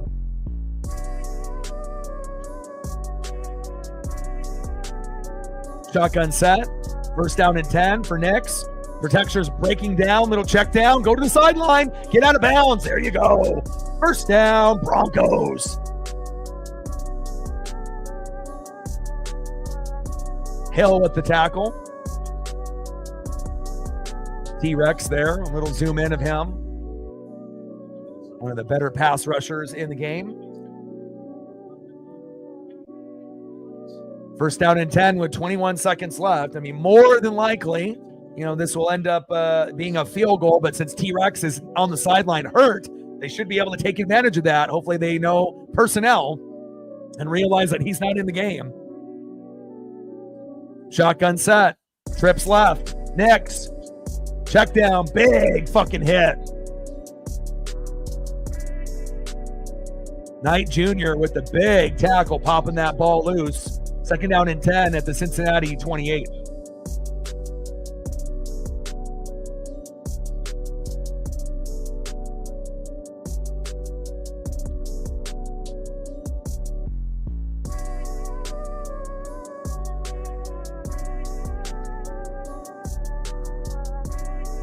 Okay, about 16, 17 seconds left here. Setting themselves up for a field goal for Lutz, but they are thinking 6. Shotgun set. Second down and 10. Nice pass. But flag is thrown almost immediately after the catch. Wow, that's going to be on Cincinnati. Was it defensive holding? Oside? Offsides? Defense? Declined. All right, 8-yard pass is going to stand. Third down and 2 at the Cincinnati 20. Yeah, lots of laundry in this game. 24-13 Miami over the Jets. 14-3 Broncos here on the Bengals.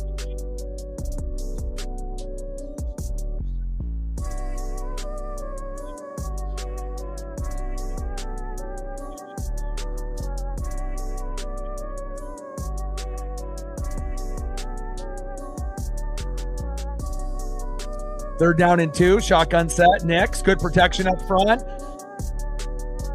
Touchdown, Broncos! Cortland Sutton from Bo Nix. And he got hit really hard, got blasted, hung on to the football, and that was a big tutty there. Cortland Sutton, 20-3. And imagine if they would have just been patient, maybe it's 27-3 or 24-3 if they didn't fuck up on that last drive. But even with that being said, great job there. Great route by Sutton. Great hands, getting in between. Obviously, this man-to-man coverage. And obviously, safety coming too late. And a great route and a great catch there by Cortland Sutton. Great throw by Nix. Extra point is up and good. 21-3. Broncos could have been 24-3 or 28-3. But this is the strongest first half, besides the one bugaboo on third down and fourth down where they went for it. They are very lucky to be able to get one more chance before halftime, and they were able to get 6. And again, if the Bengals want to be able to get back into this game, obviously you're down 18. It's not looking good. But if they can keep going with Chase Brown, that'll get them back into the game, because eventually the Higgins-Chase big play will open up. But based on how this game is playing out, it doesn't look like Cincinnati is going to have enough firepower on offense to come back. They're going to need a little bit of luck, like a pick six or a fumble for a touchdown to kind of swing the momentum. And even if that happens, it still looks like it's not going to be enough in the second half, but we'll have to wait and see.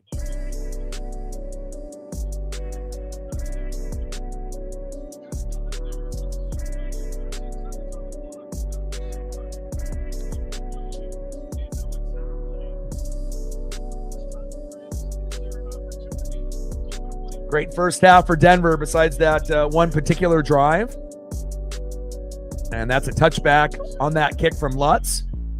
All right, first down and 10 at the 35. And I imagine if you're Cincinnati right here, you just take a knee and go to the locker room.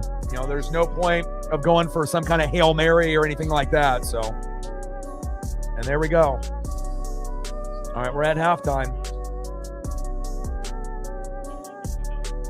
TJ in the building, what's good? I didn't really know what to expect, on how many people we were going to end up getting yesterday in the Packers and the Cowboys. I figured, somewhere between 2,000 and 5,000 people We broke 20,000. Obviously, that game got crazy in the fourth quarter and overtime. But it's nice to be able to see, that no matter what I do, Mariners, Ducks, NFL, that we're starting to be able to get the support and hit the algorithm. And that's why every single like is important. Every sub, every view, every dono, it all adds up. And again, I was hoping that this one would be a little bit closer. But again, lots of laundry on the field on both teams. And obviously some, questionable play calling for both teams in the first half. But, Cincinnati definitely needs something extra to help them. Block punt, block field goal, pick six, fumble for a touchdown, something. But even with all those things, happening, it's going to be a little too little too late. So how's your day going, TJ? Yeah. Plus, it's always good, to keep busy. I'm a type of person that, I don't like taking days off. So whatever the main event is, for that particular day, whether it be baseball, basketball, football, hockey, wrestling, NASCAR, I usually like to, keep busy and whatnot. So it's good for everyone to kind of come together after school or work. Or whatever they got going on, where we can just kind of vibe for a few hours, and in the meantime, call a game on whatever that main event may be. And then obviously tomorrow, a lot of the games that I would maybe consider doing are on a little early. Tigers and Guardians is on at 10 a.m. That's going to be a great series. Padres and Cubs is at noon. Red Sox and Yankees is at 3, and then Reds and Dodgers is at 6. So I think I'm going to do the Reds and the Dodgers, even though that might be probably the worst series out of the 4, but the time is the best. So, you're going to get more people that will be available at 6 p.m. rather than at 10 a.m., noon, or at 2. So probably going to end up doing those Dodger matchups against the Reds because of the time. And Thursday night football is going to be the Niners and the Rams. So we'll either do that or possibly another, baseball matchup. And then obviously as we go into the weekend, Mariners play. Obviously the Buccaneers and Seahawks play on the weekend as well. But obviously more than likely those are going to overlap, I would assume, unless they move the time. It would be fun to be able to do both of those games on the channel and whatnot. And then obviously we typically do Sunday night football and Monday night football. But again, we will have to prioritize and kind of figure out, based on what the Mariners are doing, as well as all the football games, and kind of go from there. Same thing goes with the Ducks in Indiana. Based on what time the Mariners play, I may not be able to do both Mariners and Indiana, Oregon Ducks versus Indiana Hoosiers, and the Mariners versus the Tigers or the Guardians, whoever we play. So, and we got a quick halftime here, only 9 minutes to go. So, yeah, I mean, anyone that's a Seattle fan, obviously you got to go for your team. I mean, we both have good records at this point, and it's going to be a tough battle. One thing going against, obviously the Bucs is no Mike Evans. When we don't have Mike Evans, we don't win. And again, we have Egbuka, which is nice, and we got Godwin back and Wirfs back. But again, Mike is such a big part of the team. We have a really hard time winning without him. Even if he is, a little bit banged up, if he's on the field, we're definitely a better team. And when he's not, we haven't really found a recipe to win without him. So hopefully that'll change. But I think it'll be a very, very good game, though. They match up pretty well. It'll be a good one for sure. And again, if the Bucs were able to get, at least one touchdown in that first half against the Eagles, I think we would have won that game. Coming into that game where we lost by 6, we won 5 out of the last 6 against Philly. So if there's anybody a kryptonite to the Eagles, it's us. We play them the best. But I knew as soon as we had a punt that was blocked for a tutty, I knew we were fucked and we were going to lose that game. So, and that punter is terrible. He's had 2 blocked punts within the last 3 games. So we're looking for a new punter. And obviously our special teams guy is not very good either. When he ended up coaching, the punters and kickers in his last, job, he was in the bottom 5. So we definitely need someone better to coach up, the punters, and a better punter for that matter as well. So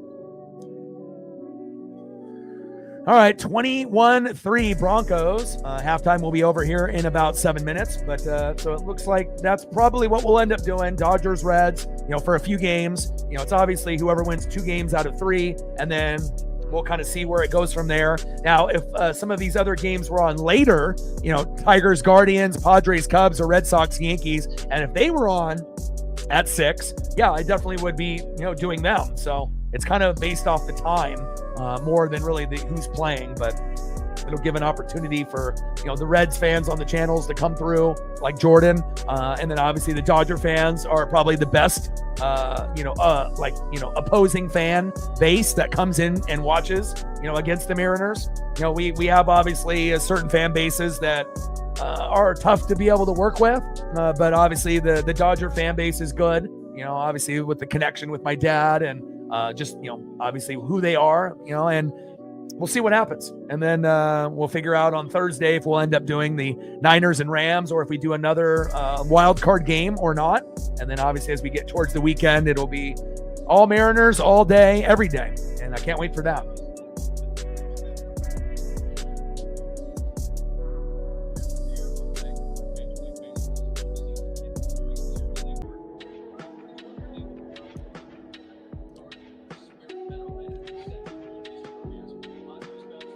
Like, sub, donate, comment, share. If you haven't smashed that like button yet, please do. Help us get to 100 likes, 100 on the dono train. And 5 to 15 subs. Let's get it, baby. Great job by Bo Nix early. Wheeling and dealing, getting into the end zone with his legs, which I figured have to be a factor, in the matchup. Obviously, McPherson ended up getting a field goal for the Bengals on the first drive, but it's been all Denver after that. Nix running in with a touchdown. Marvin Mims getting in with a touchdown. And then Bo Nix to Cortland Sutton for a touchdown right before halftime. And again, Jamar Chase is one of the best wide receivers, but without Joe Burrow slinging it to him, you don't get the same type of fantasy performance, and you don't get the same type of real, live game performance out of a player like that. Eagles and Bucks. And again, I'm looking forward to a rematch. I would love to play the Eagles in the NFC Championship game, but obviously there'll be a few teams that want to get in there as well, like the Lions, the Packers, the Rams, the Hawks, and a few others that would love to be able to get to that point. Saints gave the Bills a little bit of a scare early, but pulled away. This was probably a big surprise for a lot of people, but when you have 3 of your top 5 offensive linemen go down, you're not going to win. And Jackson Dart, obviously with Malik Neighbors having the torn ACL, which is terrible, but Scatterbo and Dart are fun to watch. And the Jacksonville Jaguars look like they might end up being in the playoffs. Them and the Colts look pretty good this year. And obviously the Rams there with Tutu Atwell, Tutu, goodbye. And again, that was a game the Colts could have won, but the Rams, you cannot sleep on Los Angeles. Chiefs rebounding against the Ravens. And again, this might be the first year where you don't get the Ravens in the playoffs in quite some time.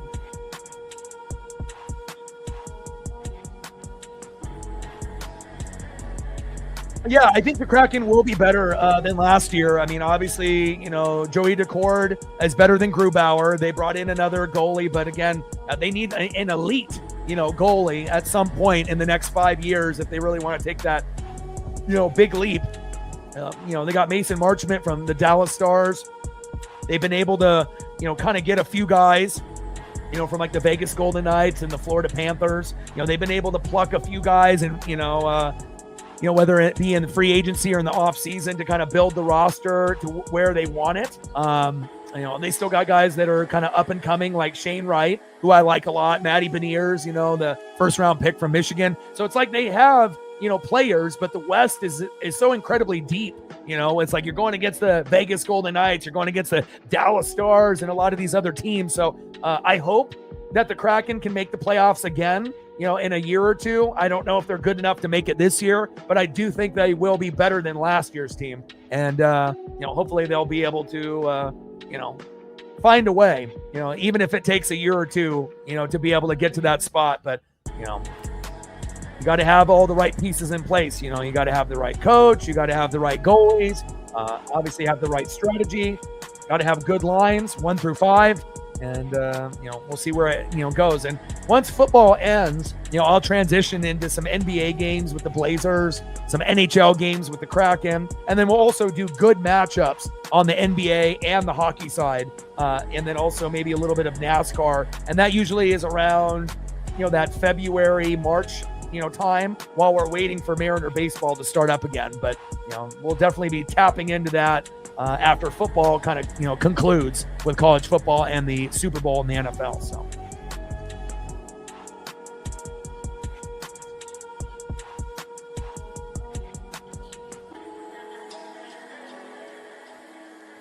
Alberto in the building. What's good?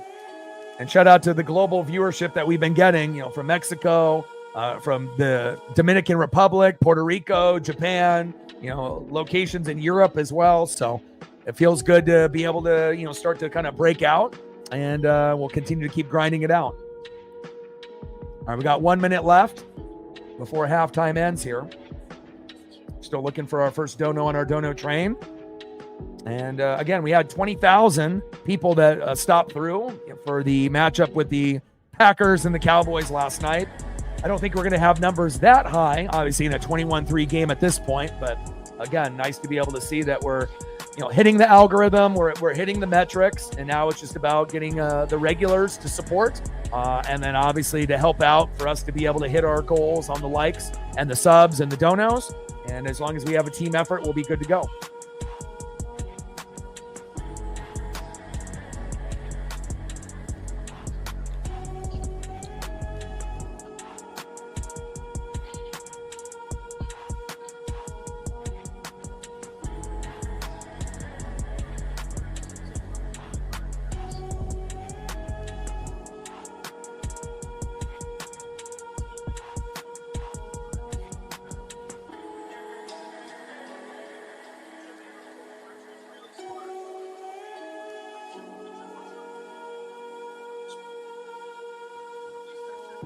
All right, we're going to be back into the second half here in about 10 seconds or so.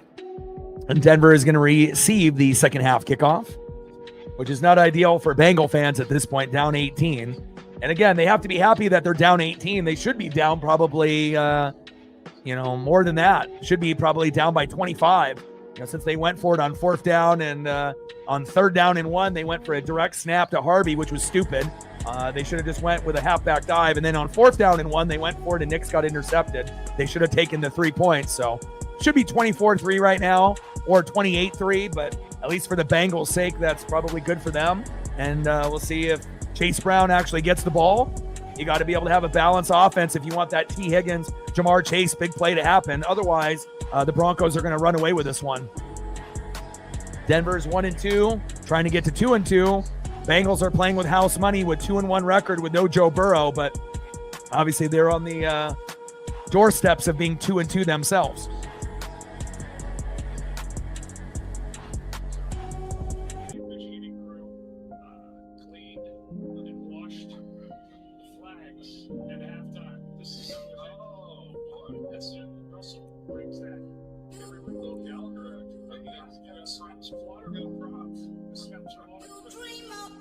All right, start of the third quarter here, 21-3, Denver. And my best friend is a Denver fan back from the John Elway era, so I know he's very happy about seeing them play well here in the first half.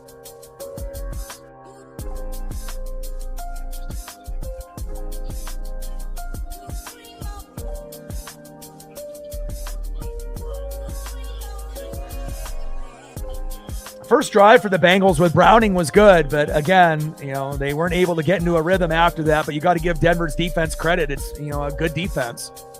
One of the best defenses in the league last year with Minnesota. And, even though they don't have Dre Greenlaw, which would be a really big piece if they had him to start off the season. And obviously he'll be ready probably in about 2 to 4 weeks. So we'll see once he comes back, that'll give them another layer of dominance on that linebacker crew.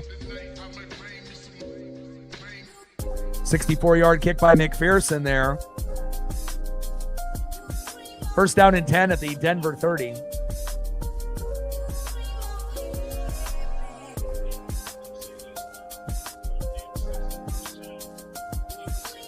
First down and 10. Shotgun set for Nix. Screen pass. And Mims with the nice catch.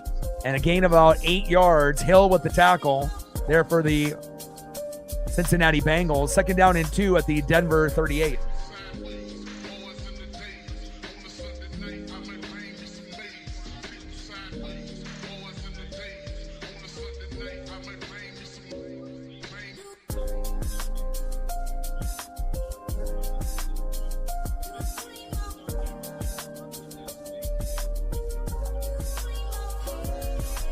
Bo Nix with an audible at the line. Second down and 2. Handoff up the middle. And that's Dobbins with the first down. First down, Broncos. Move the chains. Dobbins with a gain of 5 to the Denver 43.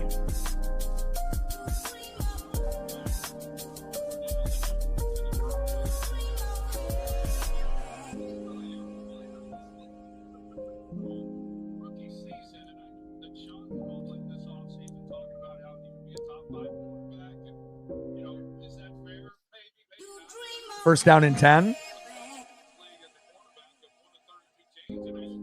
Shotgun set for Nix. Little play action fake. Bootleg pressure. Tipped and incomplete. Good pressure there by Cincinnati.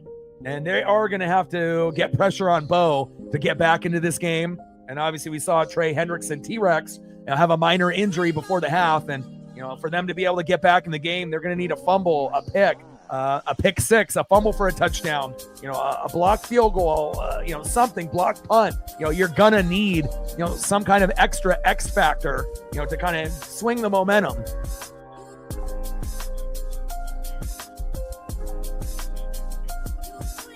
$13:32 left here in the third quarter. 21-3 Denver, and hopefully Cincinnati will score at some point to make this a little bit more competitive. Nix with the keeper and gets tripped up.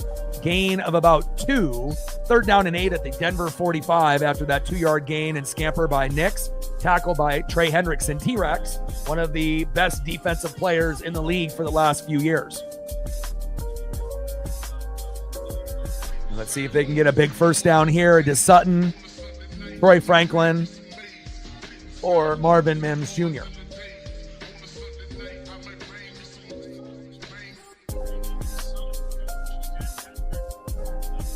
Let's see if Cincinnati brings the blitz here as well on third down and 8. They're lining up like they're bringing the house.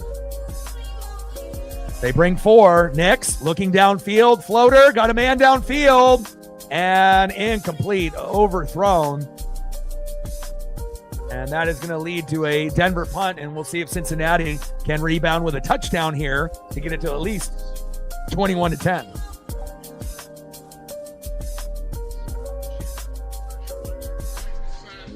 My pup just came in the room.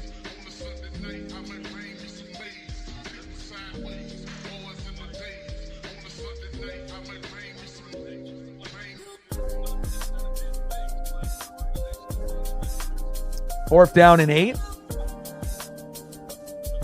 And Broncos with the punt. Jones with a decent return here to the 32.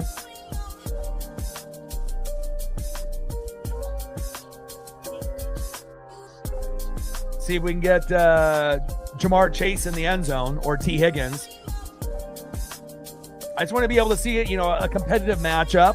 Obviously, we got the ultimate competitive matchup when Dak, played like an all-pro quarterback. Obviously, with, not as many weapons as Green Bay and finding a way to, end that game with a tie. But still, it ended up being much better, of a game considered a lot of the quote-unquote experts thought Green Bay was going to blow them out. I didn't think so. And even though Micah, was making his return back, Dallas's defense has a lot of holes. Obviously, they don't have CeeDee Lamb. That would have been a game if Green Bay was actually a Super Bowl contender. They should have won. But again, you ended up tying with the Cowboys. You lost to the Browns. You're a good team, Green Bay, but you're not on the same level, in my opinion, as like Philly, Tampa, Detroit. Hell, maybe even Seattle is better than Green Bay. We'll have to wait as the season progresses, but there's a difference between being a good team and being like an elite team. And even though Green Bay did beat Detroit early in the year, it feels like coaching and play calling sometimes holds them back. And, sometimes Jordan Love, makes, good decisions, but I wouldn't want him as my quarterback. Again, good for them if they enjoy what he brings, and obviously they've had Bart Starr, they went from Brett Favre, they went to Aaron Rodgers, and it's not like Jordan Love is terrible. He's a good quarterback, but I could think of probably 5 or 10 guys that I would want over him. So, but we'll see if he ends up getting better as his career goes on. It's not like Jordan Love is a bad quarterback. It's just that I feel like late in games, his decision making with all of those weapons that he has at running back and wide receiver and tight end, and then the coaching staff that you have, it just feels like sometimes the moment gets a little bit too big for him.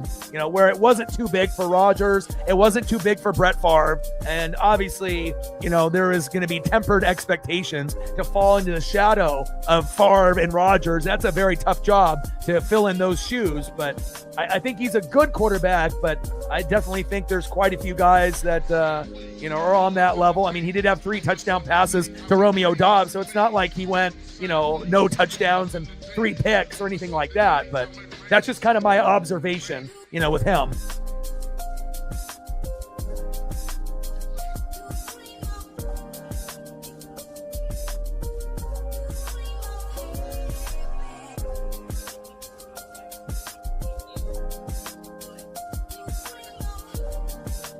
Three-yard gain there by Chase Brown, and they need to be able to keep giving him the rock. Either, through halfback dives, halfback tosses, screen passes, just find a way to make sure Chase Brown, can get the ball in his hands to be able to get some extra yak yards. Allen and Singleton with the tackle. 2nd down and 7 at the Cincinnati 33.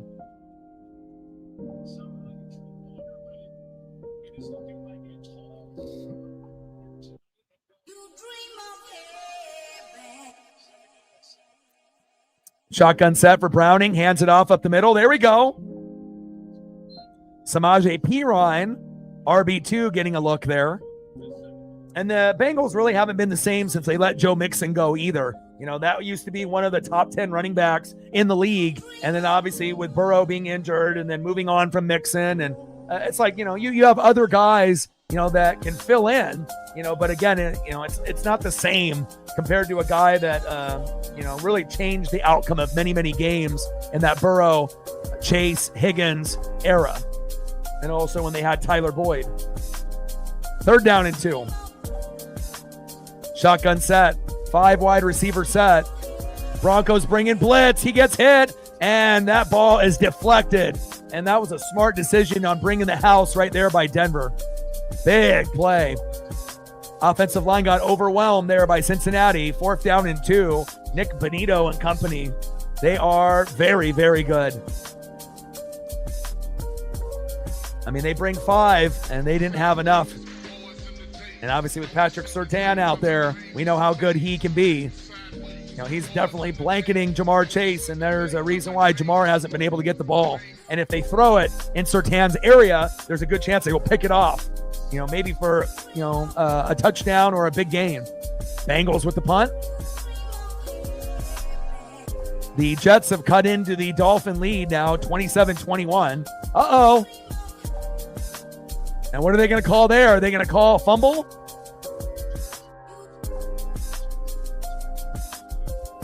He bobbled it, but I'm not sure if they got enough time and space for him to get that. Let's look at this replay again. Calls for the fair catch. All right, let me see.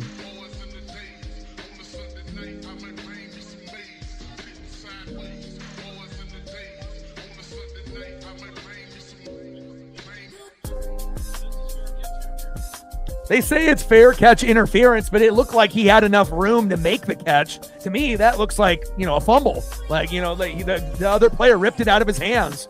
But they're going to say he didn't have enough space to catch it, but he did. If he wouldn't have initially muffed it and then it went forward a little bit, I think that was enough space. But, they say that's fair catch interference, and I guess that's what they're going to call. But I thought that looked clean to me. I mean, if he doesn't muff it 2 times and have to take a step forward, it's not like the guy was right under his chin, and not giving him any room to catch the ball. He muffed it. So I don't know about that. That would have been a big, big play for the Bengals, and they probably would have been able to score a tutty right there. And then that game would have been at least a little bit more interesting at 21-10 or even fucking 21-6. But I guess it is what it is. Yeah, so the game's on tomorrow for the wild card. I will watch all of them, but I'm only going to probably broadcast one. 10 a.m., Tigers and Guardians. Noon, Padres and Cubs.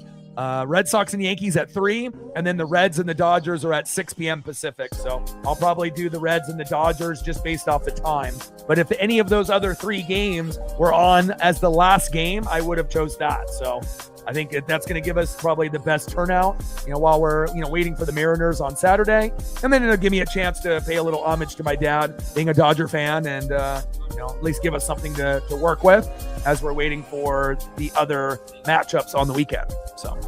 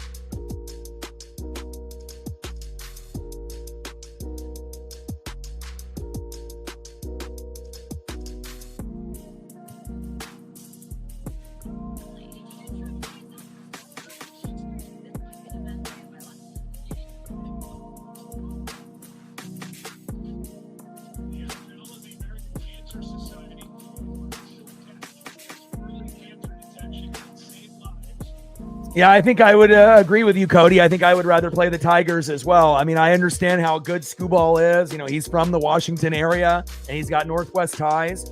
And Skubal is one of the best pitchers in the game. But we have a good record against elite pitchers. It's like when we play a rookie pitcher or a pitcher that's got a bad record and a bad ERA, we play down to the competition. But when we play amazing elite pitchers, the Mariners actually play very well, against those top guys, Skeen, Skubal, Crochet, Hunter Brown. We haven't really had that many problems with those guys as most teams do. But I think that's where I would want to go to. We swept them in Detroit right before the All-Star break, and they never recovered after that. So. Yeah, I guess so. I guess the returner can use the body of the player to get the catch. It looked like he had enough room, because if he wouldn't have bobbled it, would we have had a flag, at all? No, right? I mean, he had enough space to catch it. It's not like he was right in front of his face, but I guess that's the rule that they want to call. And I think it would have been better to call it, a fumble, or ripped away, so that way that the Bengals could have at least gotten a chance to get the game a little bit closer. Dobbins there with a nice 9-yard gain, Battle and Stone with a tackle. 2nd down and 1 on the Denver 24. And the Bengals now are going to have to find a way, on defense to be able to make a play. And it's got to be someone other than just T-Rex, Trey Hendrickson.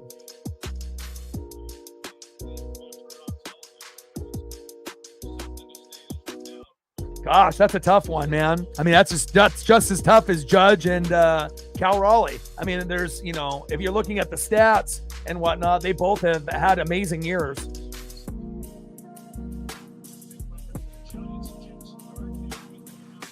Dobbins with a nice 6-yard run there. 1st down, Broncos on the Denver 30. Penalon Carter there with the tackle.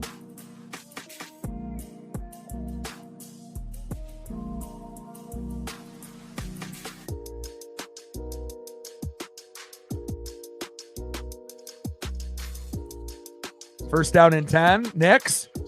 Incomplete. Flag on the play. And it looks like that might have been offsides there. Wow. How are you going to be offsides on the offense? Jesus Christ.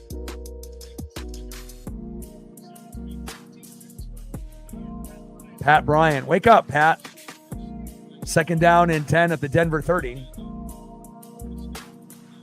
And it would have been that if that didn't happen with that penalty. So what? 1st down and 15?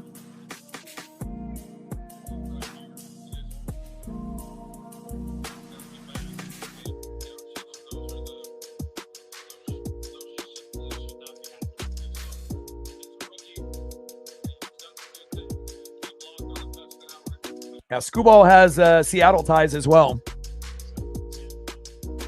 Went to college there in Seattle. Shotgun set, 2nd down and 10. Little check down.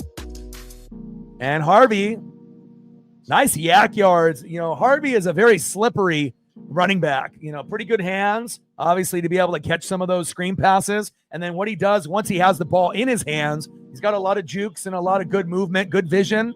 And that's a big first down there for the Broncos. 14-yard pass by Bo Nix to Harvey. Hendrickson and Hill with the tackle. First down and 10 on the Denver 44.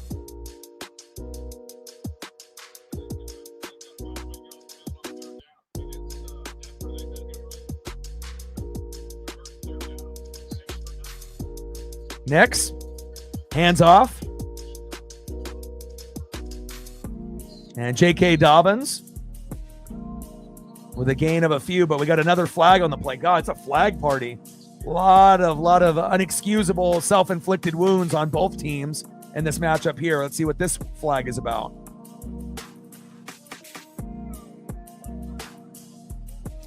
Illegal blindside block. Come on, Denver. Self-inflicted wounds. You're up by 18. Come on now, clean it up.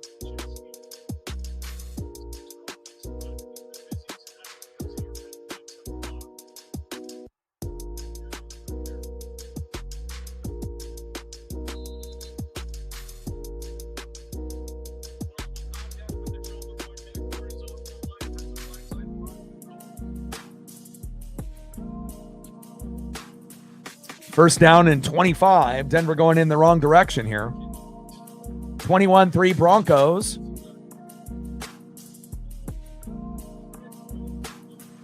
Shotgun set. Nix on first down and 25. Check down again. And J.K. Dobbins with the short reception and then a Bengal gang tackle there. 4-yard gain. Tackle by Hill and Wilson. J.K. Dobbins for 4 yards. 2nd down and 21 at the Denver 33.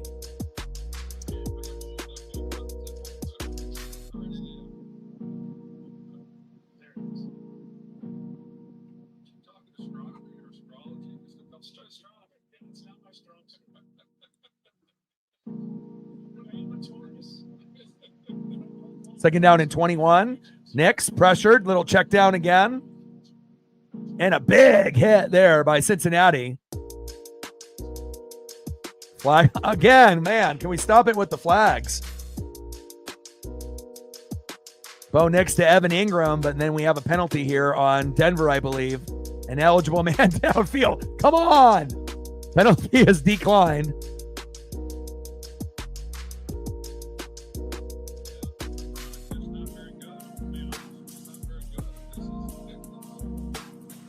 A lot of self-inflicted wounds, a lot of undisciplined play on the O-line here by Denver.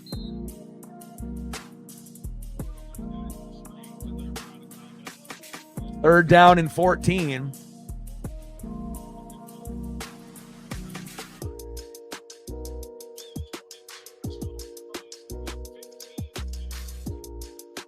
Five wide receiver set here for Bo Nix. Shotgun set, screen pass. And Mims avoids one tackle, but not the second, and gets roped to the ground. Good tackle there by Stone. And now that's going to be a punt. 4th down and 9 on the Denver 45. Can we please get Chase Brown the ball, and that way that it'll open up for Jamar Chase or T. Higgins to get in the end zone? I mean, we've already seen Bo do what Bo does the best, run with the football and make plays, but I want to see a Jamar Chase touchdown before the game ends. I mean, I don't need to necessarily see him hit the gritty, but, you know, I just want to be able to get the game a little bit more close and competitive, so to speak. And that one goes into the end zone for a touchback.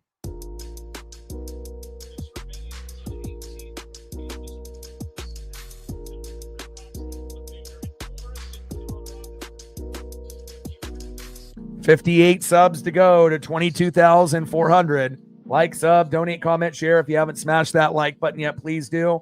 Help us try to get to 100 likes, 100 on the dono train, and we're obviously looking for 5 to 15 subs. Let's get it, baby. We're still looking for our first dono on our dono train.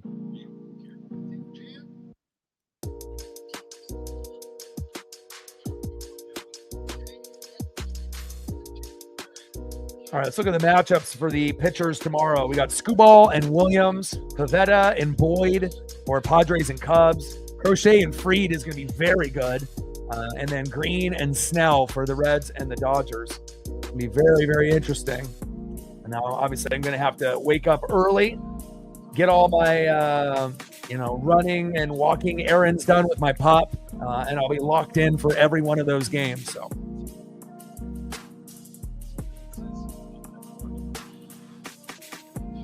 We're at 28, 22 more to go to get to 50.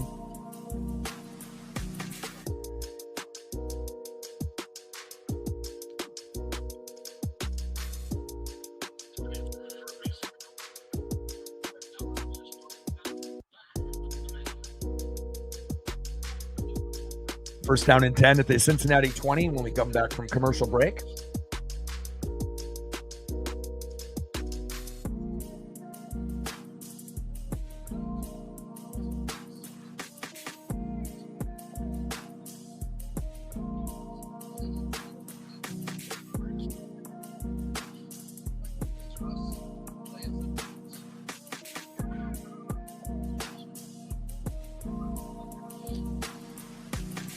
More to get to 50.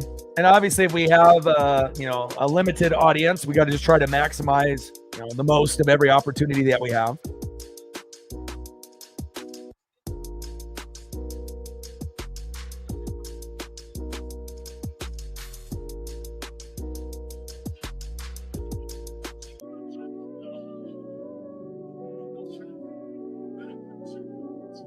All right, come on, Cincinnati. Obviously, Cincinnati's offensive line is not very good. They obviously have, running backs and wide receivers that can make plays, but if the offensive line isn't going to give them enough time, even if it was Joe Burrow back there, it's going to be tough. So, first down and 10 for Browning.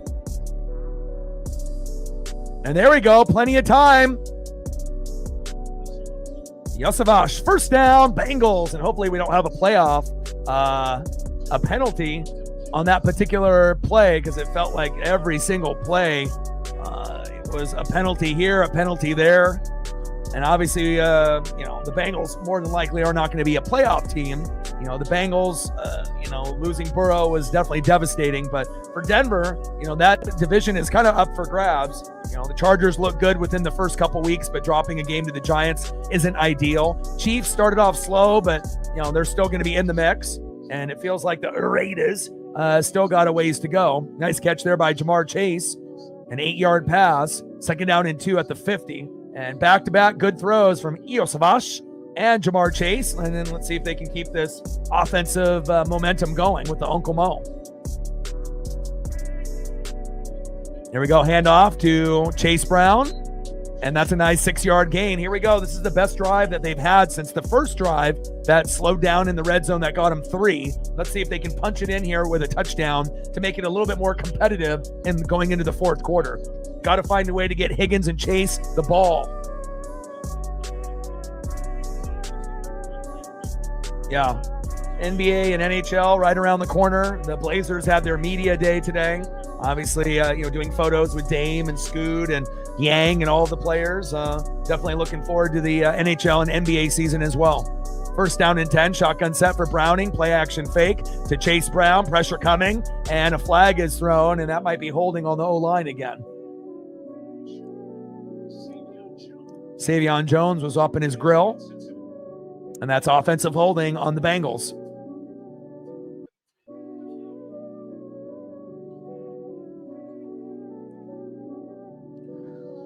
First down and 20 for Jake Browning and the Cincinnati Bengals.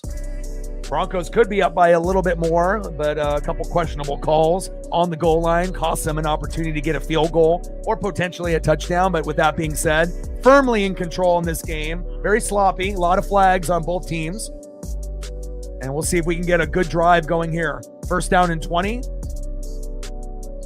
Shotgun set. Trips left. Browning, pocket collapses, and it's 12 noon. You know what time it is? Time for a sack lunch. Yum, yum, yum, yum, yum, yum. Nick Bonito, one of the better defensive players, not only on the Denver Broncos, but in the league. Really had his breakout year last year. And Bonito, showing how good he really is here off the edge. They don't got an answer for him. You almost have to, have two guys block him. You didn't get another chip block there. And Bonito says, yes, I will take a sack lunch. Thank you very much. Second down and 27. 4 wide receiver set here for Jake Browning. Shotgun set. They bring 3. Little screen pass. And a nice job by Chase Brown. Picking up 10 yards there. Singleton and Franklin Myers with the tackle. Third down and 17 at the Cincinnati 49, 21-3 Denver.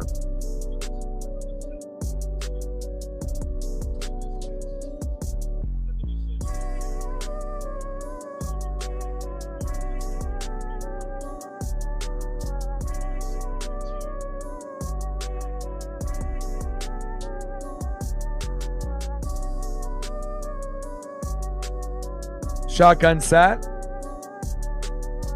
4 wide receiver set. The pocket is breaking down. Browning running for his life and just throws it out of bounds. Offensive line is not giving Browning enough time to go through his reads. 4th down and 17 at the Cincinnati 49, and that will be another punt for Cincinnati. Golden Knights and Utah Mammoths.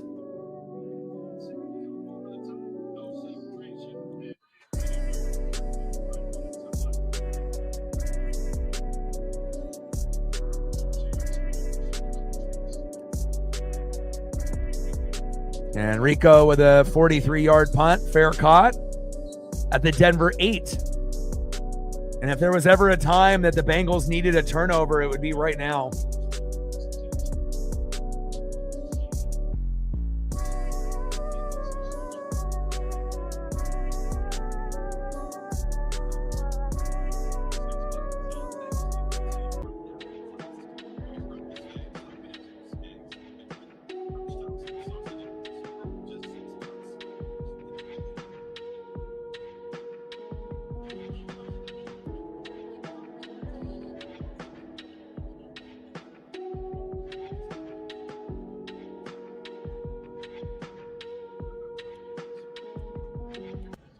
I'm going to go grab a water here real quick.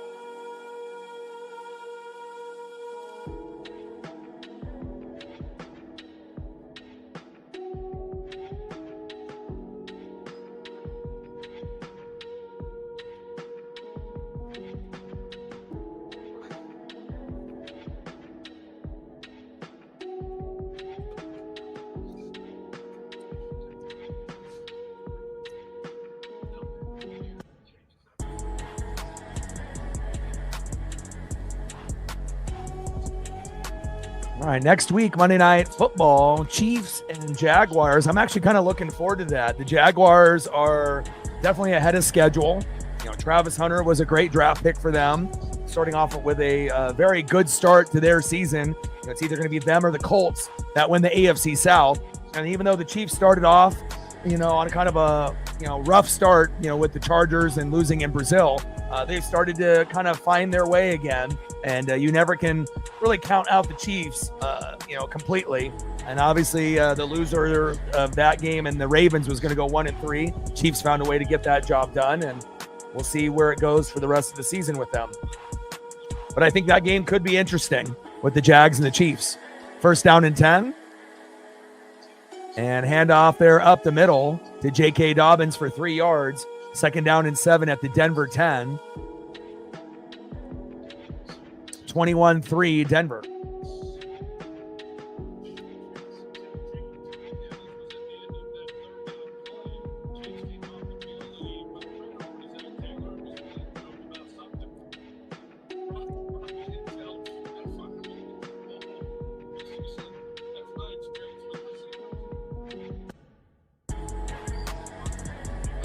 Nick's under center. Second down and 7. Play action fake. A little bootleg. Roll to his right. And nice catch there. Nate Adkins with the grab. 7-yard gain. First down. Broncos. Move the chains.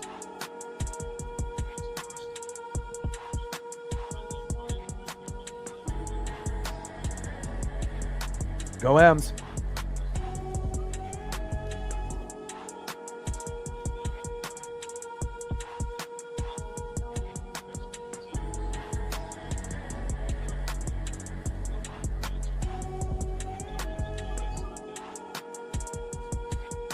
Shotgun set, high snap, and a little screen pass there to Mims.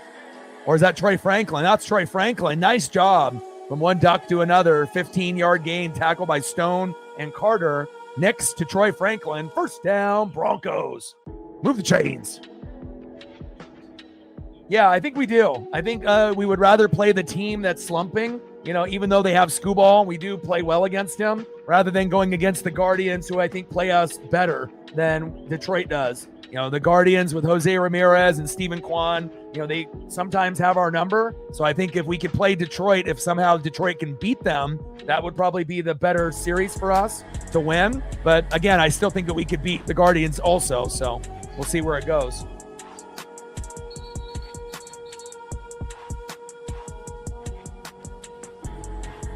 And Dobbins with a 1-yard gain there. Second down and 9.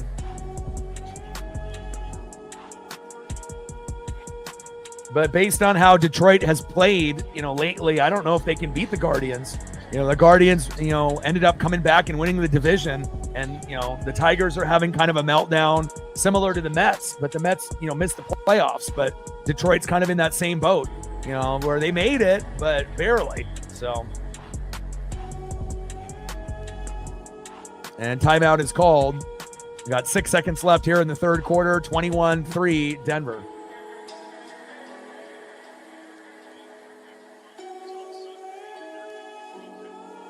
Yeah, I'm looking forward to Bucks and the Seahawks too. Again, they might have to, reschedule the time, based on the scheduling between the Mariner matchup and obviously people being there in Seattle, for the Buccaneers visiting and whatnot. But again, it's going to be definitely a very fun sports weekend in Seattle for sure.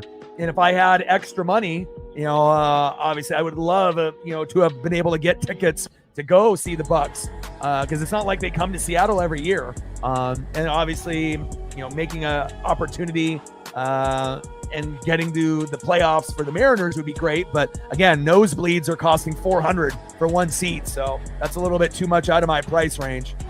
Second down and 10. Nix, throw to the sideline, completed. First down, Broncos.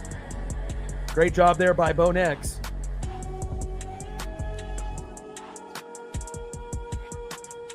And another 11-yard gain, end of the third quarter. And Bengals obviously are in trouble, potentially maybe not even getting a touchdown in this game. Even you feel like sometimes bad teams can get to at least 10, like a field goal and a touchdown. But, based on the Bronco defense and the flow of the game, this could definitely end up being a 28-3, 28-6, something of that nature type of game. So we will find out. Or, Denver could score twice and it could end up being 35-3 or 35-6.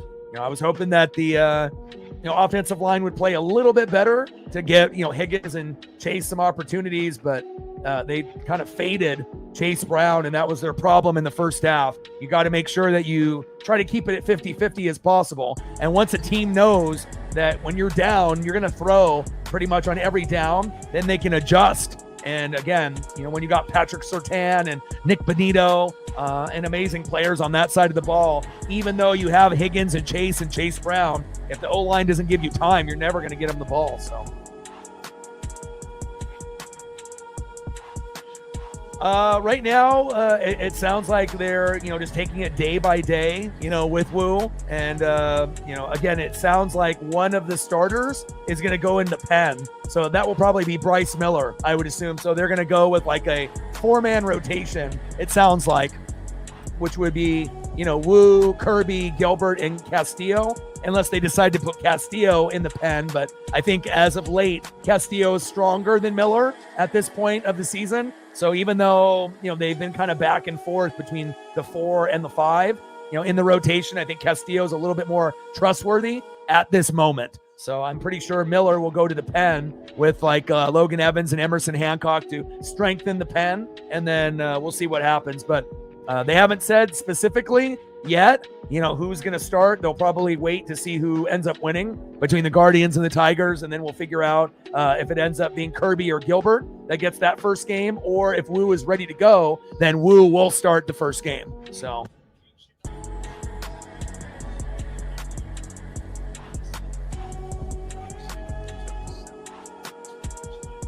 yeah, I'm not sure if you're going to get that Jake Browning touchdown, Frank. I mean, I know that's kind of crazy to say in an NFL game, not being able to get one fucking touchdown, but defense has been very, very good for Denver. And even a couple mistakes with play calling for the Broncos in the end of the first half. It didn't cost them one bit. First down and 10. And, Sean Payton's one of those guys, when he has a lead, just like when he was on the Saints, he's going to run the ball. I mean, they still can throw the ball pretty often, but they're going to try to bleed the clock and then obviously limit the amount of minutes that are left.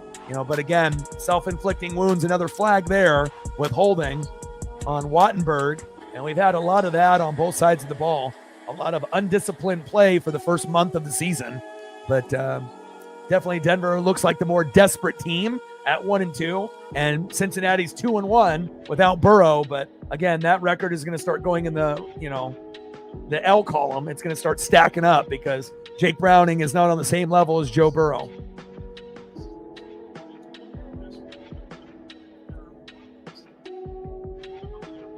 That is a good question. You could look that up on Google, and AI will probably give you an answer to give you like an exact date. I don't know the exact time and date that they're going to release that info, but I imagine if you look it up through like Google or AI, it'll tell you.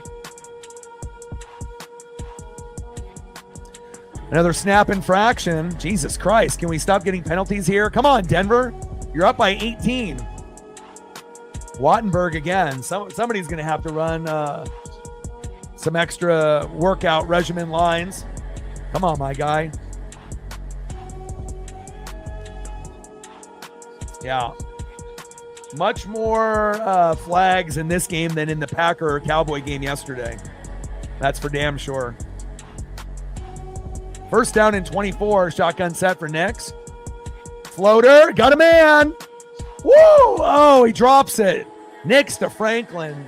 The one Oregon Duck to another, but couldn't come down with it. Pass incomplete.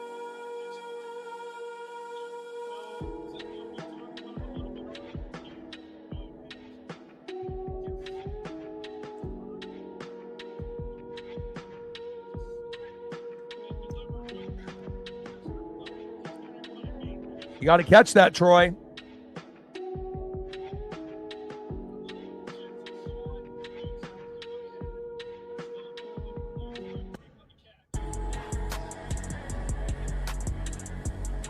Shotgun set, Nix. Little check down.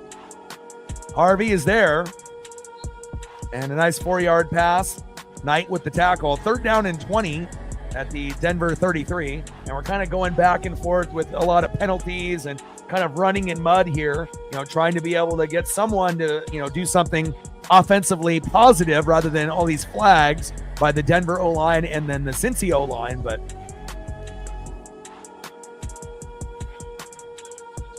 see what we get here on this 3rd down and 20. Oh, November 20th is when they're going to announce. Shotgun set. Nix. And Ingram there with the short catch for about 11 yards. 4th down and 9 at the Denver 44, and that's going to lead to another punt here for Denver. Now, if Cincinnati can just get something going on offense and get it to 21-10, obviously they would need, touchdowns on back-to-back drives to make it kind of interesting, and then that would put them at 21-17. But, I mean, at this point, since he's having a hard time just getting a first down rather than a touchdown.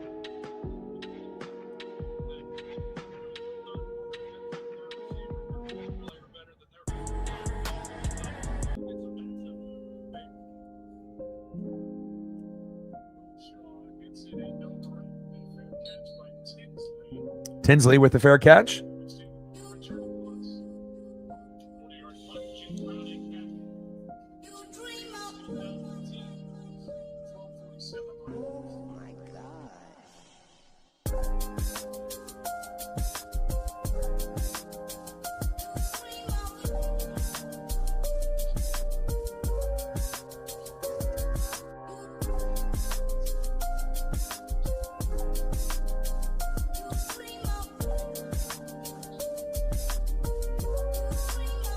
I mean, we got one of these guys on the thumbnail to get into the end zone, but we're still waiting on the other one. Just needs to be able to get loose on, a one-on-one play down the field. But, obviously they got, Sutton, who's one of the best corners in the league. A guy that can win, a defensive player of the year or be in the running for it, and being a very quality player. Denver's defense was very, very good last year. And, when you end up getting an elite player on an elite receiver, a lot of times the quarterback is not going to test it. And if they do, depending on, the matchup, could end up in some disaster. But even with that being said, Chase one-on-one can still make plays. As great as Sutton is, if the ball is close to Chase, he can go up and get it. And hopefully they'll throw it to him at least once or twice deep. They can either, get PI, or Chase will come up with a big play. Same thing with T. Higgins on that other side.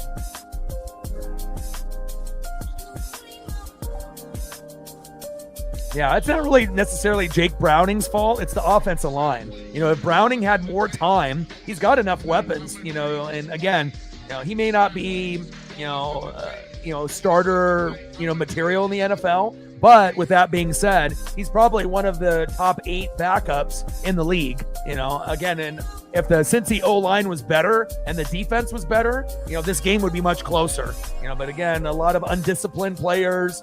And again, when you end up getting down, what do? You throw. The defense knows you're going to throw. And then you have a really good running back in Chase Brown that gets left out of the mix. And again, good teams know that when you're down, you still got to run the ball to keep the defense honest. And then eventually you run the ball, they cheat up, right? And then you can do play action over the top. And that's when you get the big play to like Higgins or Chase. But at this point, the offensive line, they can't do anything against Denver. Obviously Denver's defense with Bonito and company, they just have too many dogs, and they don't have enough time for Browning. 1st down and 10. There we go. Little check down. And there's Chase Brown. And again, Chase Brown's one of those guys that you can hand it up, halfback dive, halfback counter, toss, and then you can also dump it down to him, and he can give you good yak yards. He's a very good runner after he gets the football in his hands off a pass. So, again, if you're not going to be able to go to Higgins and Chase because the O-line stinks, at least keep going to Chase Brown, which is something that they should have done in the first half. And they might have been able to get a cheap touchdown to make it 21-10 if they would have. 1st down and 10. Trips left, shotgun set. And obviously it doesn't help that Browning is not mobile. Pass incomplete and dropped by Jamar Chase. Like if Browning had a little bit more speed where he could run bootleg and like play action, that could make the offense a little bit better. But, Browning is more of a pocket quarterback. He's not very mobile. So obviously if you have a good defense and you're not mobile, right, and the offensive line stinks, it's kind of a recipe for disaster. And that's why Cincy's at 3. So.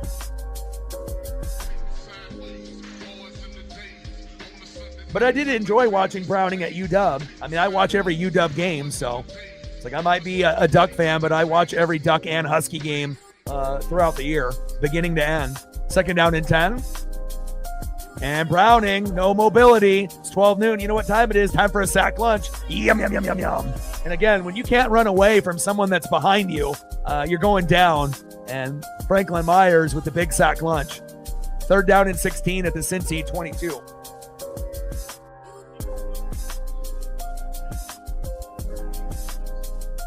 Plus, the Bucks usually have a nice mix of Huskies and Ducks. I got Tez Johnson, I got Bucky Irving, Vita Vea, Jalen McMillan. So it's nice to be able to see some Pacific Northwest guys from Oregon and Washington all the way on my favorite team in Florida for Tampa. 3rd down and long, Browning, check down, shitty pass, and not even close to Samaje Perine. And now another 4th down.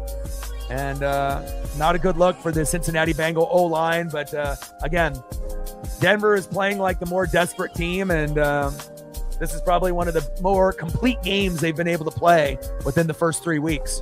First week was against the Titans, who are one of the worst teams in football. Even though they got Cam Ward in the first pick of the draft, they're terrible, right? Then they played the Colts, lost at the end of the game. And they played the Chargers, which is another good team like the Colts, and lost at the end of the game, as they almost blocked the punt there, Denver, on special teams. So Denver could easily be 2-1 or 3-0 right now if they were able to execute late in the game, but they've been kind of starting slow all year, and this might be the first game where they actually put it together in the first half.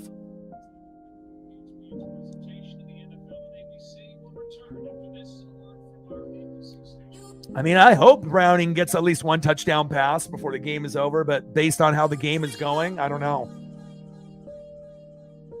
I mean, unless you can throw like a screen pass, for 5 yards to Chase Brown, and then he takes it, for like 30 or 40 and scores or something. But if you're talking about like a long bomb to Higgins or, Jamar Chase, I don't know. I mean, at some point they're going to get desperate and just chuck it, but 21-3 Denver.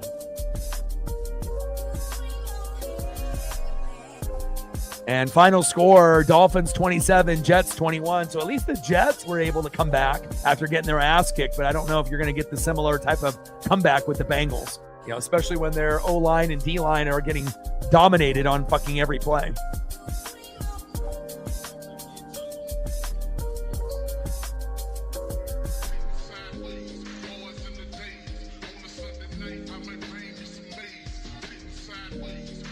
I think both players are deserving.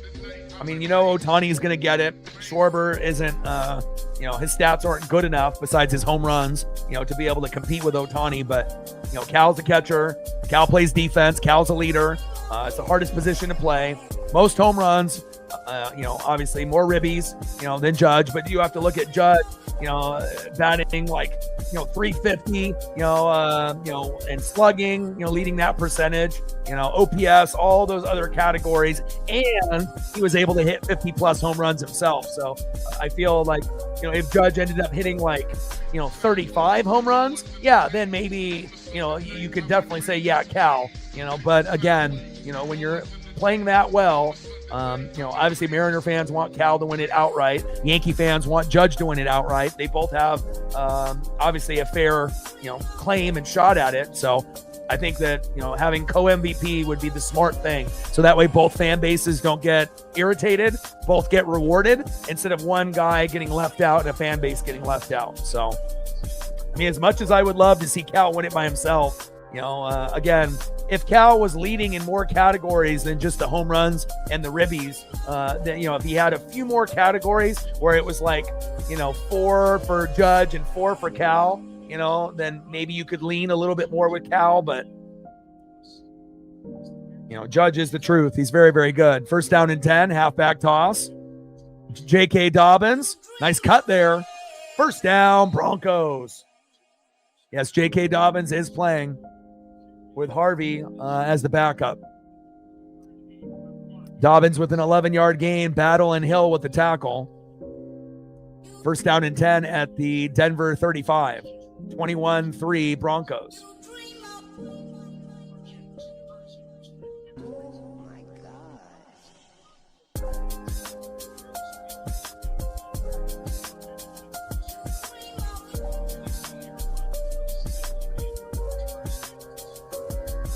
Handoff up the middle. And a short gain there. 6-yard gain by Dobbins, second down and 4. But also, too, Cal ended up having one of the best catcher seasons of all time. I mean, the record was 48 home runs out of any catcher in the last 150 years. He got 60, and he's a catcher. So, again, for a lot of the people that, are hating, you have to dig deeper into the history of the game, and again, Judge and Ohtani can get it every single year, but we will find out what they decide to do as the voting ends up being concluded, obviously, and they go through all the votes.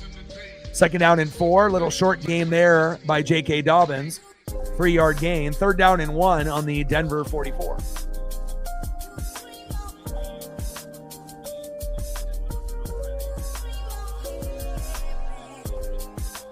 $58 subs to go to be able to hit 22,400. We're still looking for our first dono on our dono train, and we're trying to get to 100 likes before the stream ends.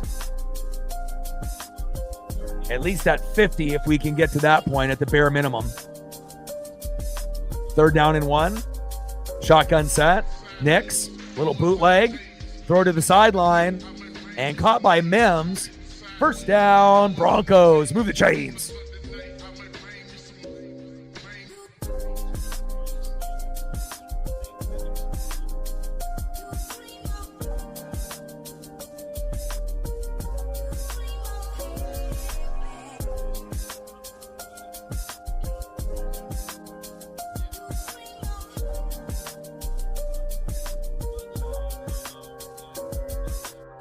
Yeah, J.K. Dobbins is playing. They've been kind of rotating running backs between him and Harvey, so it's not like Dobbins is getting all of the carries. They're kind of splitting. Halfback toss. And there's Dobbins again. Looks like he got a gain of about 1. Hendrickson and Wilson in there with the tackle. Second down and 9 at the Cincinnati 43. But Harvey was getting more of the carries in the first half, and now you're getting more carries with Dobbins here in the fourth quarter. Less than 8 minutes to go. 21-3 Denver.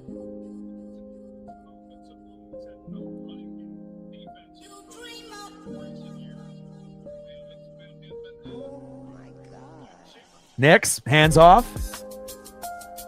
And Dobbins again trying to break a few tackles, getting pushed forward. First down, Broncos. 10-yard gain by J.K. Dobbins. First down and 10. Move the chains on the Cincinnati 33. And again, when Denver's ahead, especially in the fourth quarter, just like when Sean Payton coached the Saints, when they had Darren Sproles and other running backs, they love to be able to pound the rock in the fourth quarter to bleed that clock, to impose their will, even though they know they can pass the ball. They're going to try to, kind of finish the game off and leave as little time possible for a Bengal comeback. But there will be a few key throws on this drive before they get in the end zone, more than likely. First down and 10, little toss. Wow, J.K. Dobbins down the sideline. What a toss there and a nice rumble down the sideline. 16-yard gain. First down, Broncos.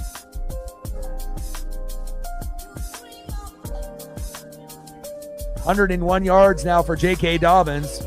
16 rushes, 101 yards, 6.3 average. Yeah, I think they're also getting tired as well. They've been on the field a lot, so.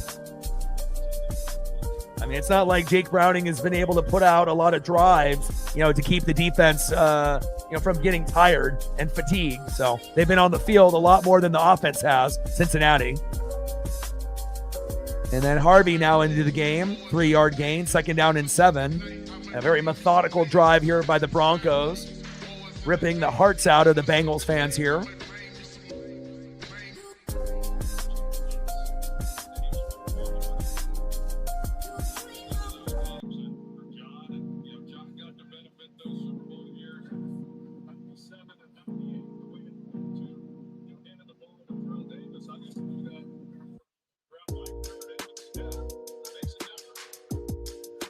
Second down and 7, 5:45 and counting. Handoff up the middle, Harvey, and a nice 2-yard gain there. Knight and Jenkins for the tackle. Third down and manageable. Third down and 5 at the Cincinnati 12. This is going to lead to a minimum of 3, but obviously they're thinking a first down and then eventually getting into the end zone and getting 6. And they got plenty of options with Ingram, Harvey, Dobbins, right? Troy Franklin, Cortland Sutton could get in the end zone again, and as well as Mims. So they have plenty of options. And obviously Denver's offensive line, even though they've had a lot of flags today, they're starting to dial in here. Trips right. Shotgun set for Nix. He's wide open. Touchdown, Broncos. He could have went to the left side or the right side. Harvey was open. Same as the wide receiver on that right-hand side. And that is the easiest touchdown that you're probably going to get for the year. Nice job by Harvey with the tutty. 27-3, Denver.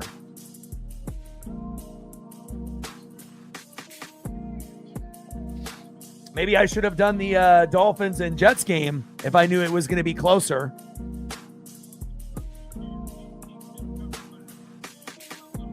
But you never know, in each game, how it's going to go down. A lot of people thought the Packers were going to blow out the Cowboys, and it ended up in a 40-40 tie. So extra point is up and is good.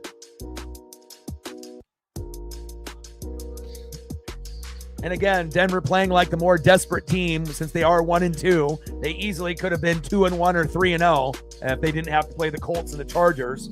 But again, you got to play good teams to see how you stack up against the rest of the division, as well as the rest of the AFC. 28-3 Denver, and hopefully we can get Cincinnati with like at least one touchdown pass from Browning to Chase or Browning to Higgins. But I mean, at this point, the offensive line fucking stinks, and Browning doesn't have enough time to go through his progressions. I mean, unless we're just running go routes and you just throw Hail Marys and then hope for a PI or a Jamar can go up and get it. But I mean, at this point, with 5 minutes left, you might as well do it, right? Yeah, I think Chase Brown will get involved because that's the best option they have on the short game. He can run up the middle, get you 2 to 6 yards. You can throw a screen pass, get 5 to 12, and then eventually, you're going to go deep.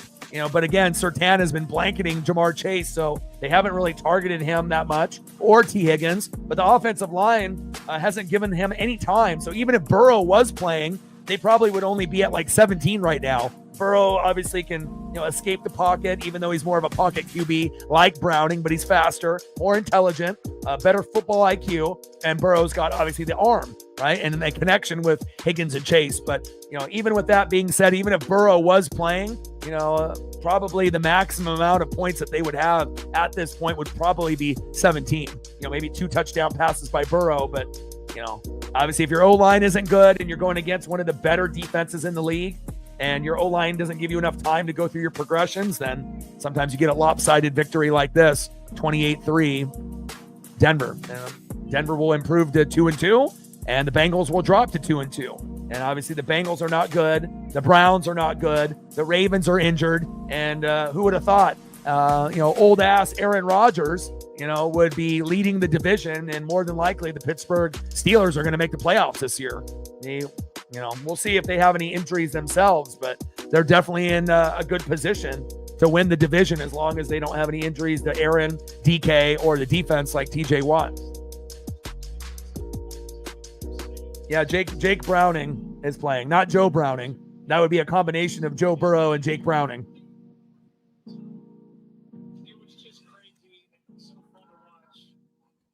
Let's see if we can get to 50. Smash that like button. And again, we're still looking for our first dono on our dono train. Every dollar counts.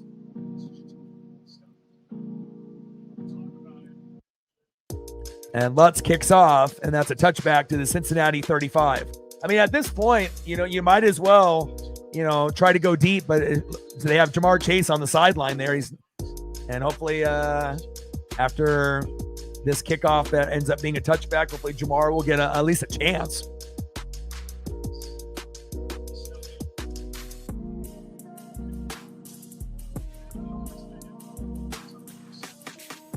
I mean, in normal circumstances, that would be easy. But again, the offensive line for the Bengals is terrible, and the Denver defense is amazing. So it's like, we'll see if he has enough time, because right now he doesn't even have 3 seconds to throw the ball. He's got like 1.5. So, and again, like throwing a screen pass to Jamar, yeah, you could, possibly get some yak yards after that. But you got to give Denver's, defense credit, and Cincinnati keeps shooting themselves in the foot with penalties. And here's another one with a false start.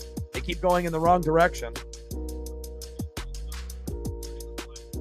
Yeah, but again, I mean, if you want to try to move the football, I mean, going to Chase Brown is your best option. I would agree with that. And then eventually you got to hope that you can have at least one play to Higgins or Chase before the game ends. I mean, unless you just say fuck it and go deep and try to draw a PI. But also remember, Sutton is guarding Chase, who's one of the best corners in the league. So little end around and a tackle by Sutton and company. 5-yard gains, 2nd down and 10 at the Cincinnati 35.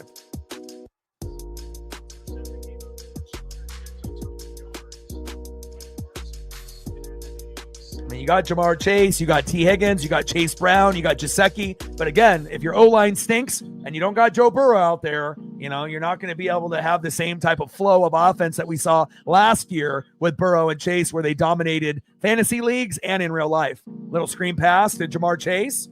And Denver's defense is too quick. As fast as Jamar is, he needs blocking to help him get downfield. And was there blocking there? No, there was not. 3rd down and 9 after a 1-yard pass to Jamar. And obviously when a game is like this, I assume, Jamar Chase and T. Higgins, they kind of give up. They're like, the quarterback's not going to get me the ball, and they're not going to give their full effort on blocking and, trying to help the team win, especially when they've been demoralized and blown out by 25 here on the road. 3rd down and 9. Shotgun set. Denver only rushing 4. Wide open, T. Higgins, but short of the marker. And that's 4th down and 3. And at this point, you got to go for it.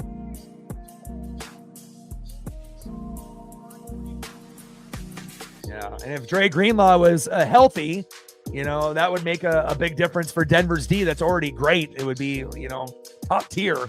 And we'll get him back probably in a couple weeks. So are they going to go for it here or punt? Did they just give up here? They're just like, fuck it. We're down by 25. We don't even believe our team can get 3 yards. And they're going to punt. Wow. How terrible is that? Another shank punt.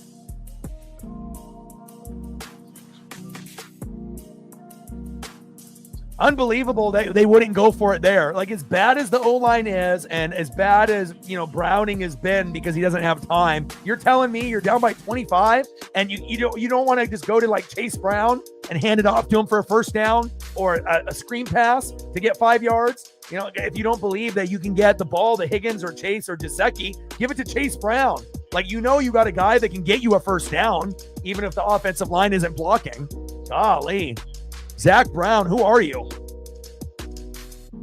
Jesus Christ. I mean, you already lost the game. You might as well try to keep it going. It's really going to make a difference if you don't get it there, but at least give your team a shot, to try to score at least another field goal or a tutty.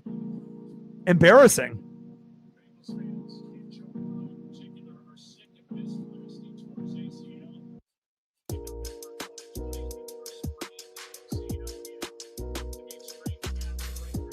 Sucks to see Joe Burrow, be injury prone, because obviously when he's healthy, he's typically a top 5 quarterback in the NFL. But if he can't stay on the field, it's like Andrew Luck all over again. Elite, but just can't stay healthy.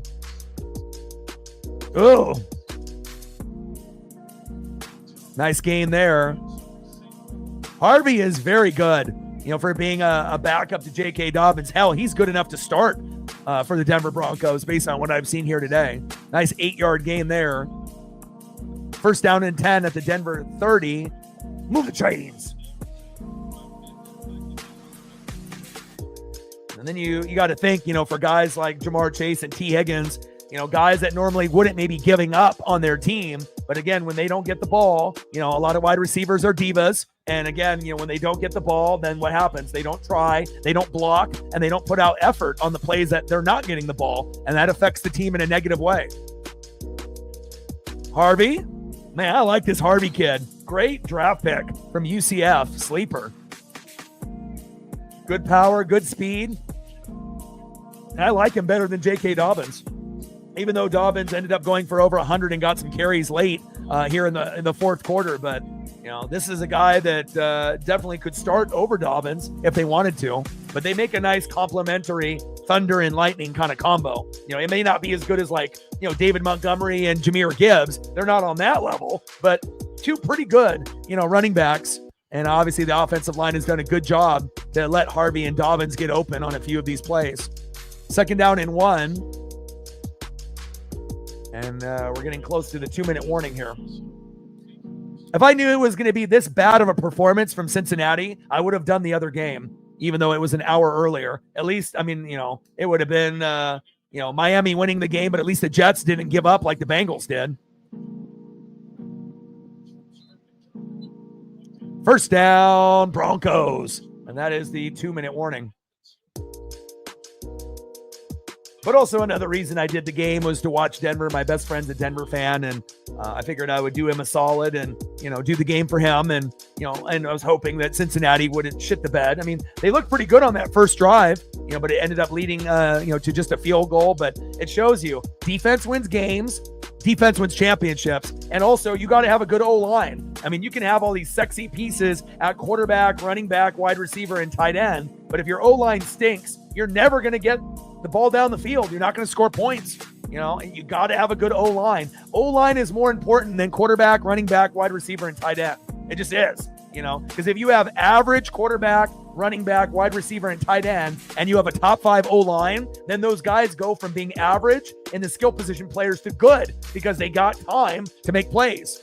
So it's very important to be able to have a good O-line, D-line, defense coaching, play calling. And I'm more of a defensive oriented fan.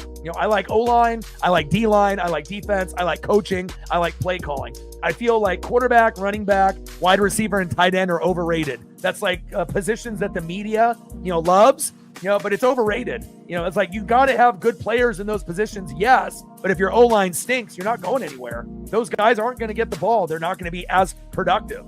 And Cincinnati looking pretty shitty here today.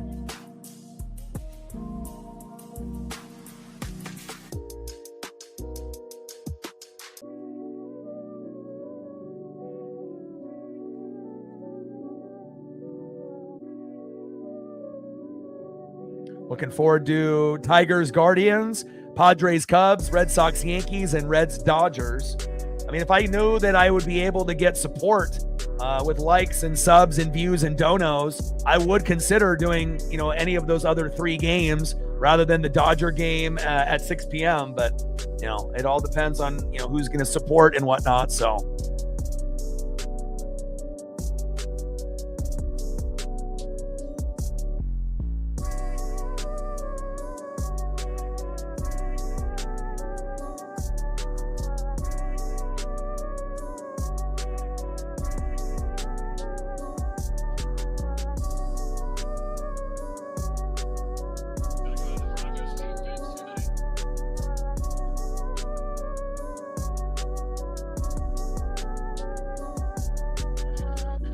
All right, Nick's Neals, and I assume that's what we're going to get here.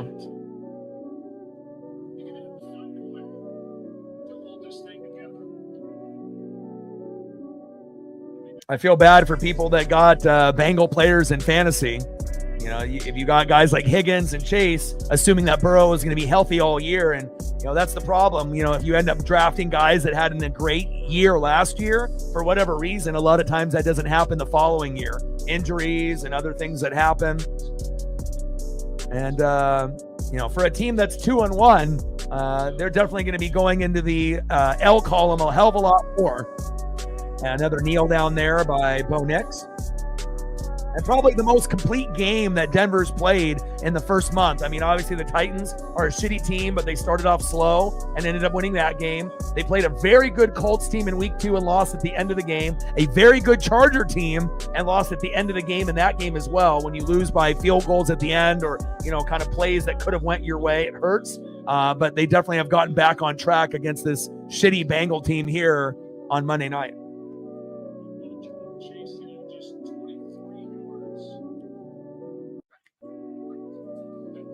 Another kneel down there. And that is it. Final score, Denver Broncos 28, Cincinnati Bengals 3. And hopefully the support will be better, you know, once I end up doing some MLB or other NFL games. Obviously, appreciate every single person that liked, subbed, commented, shared. And again, we'll see what we end up doing tomorrow. More than likely, we will go in and do Reds and Dodgers at 6 p.m. on Tuesday, Wednesday, and possibly Thursday if the Reds end up winning a game. Rams and Niners play on Thursday night, so that could be an option. And then obviously we're still waiting for the Mariners on Saturday.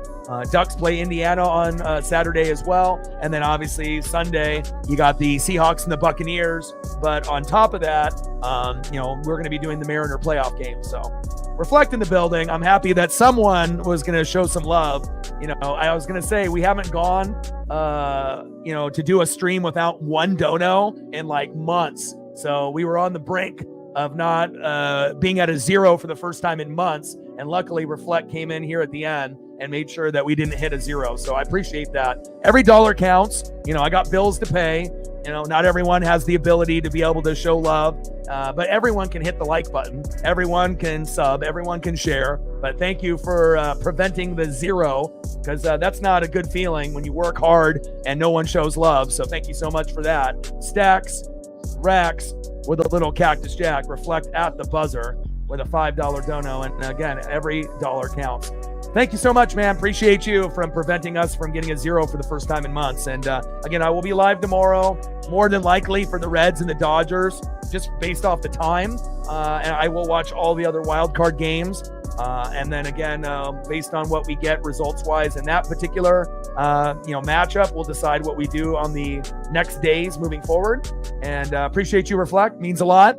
And I guess we'll be doing probably Dodgers Reds for the next couple days. Possibly we'll do Niners Rams on Thursday, or maybe another wild card game. So we'll be doing baseball probably the next 4 days as we wait for the Mariners to play either the Guardians or the Tigers. And then if you guys are curious, Tigers and Guardians are on at 10 a.m. I'm watching it. Scooball and Williams. Padres and Cubs, super interesting matchup. Pavetta and Boyd. Red Sox and Yankees, Crochet and Freed. That will be sweet.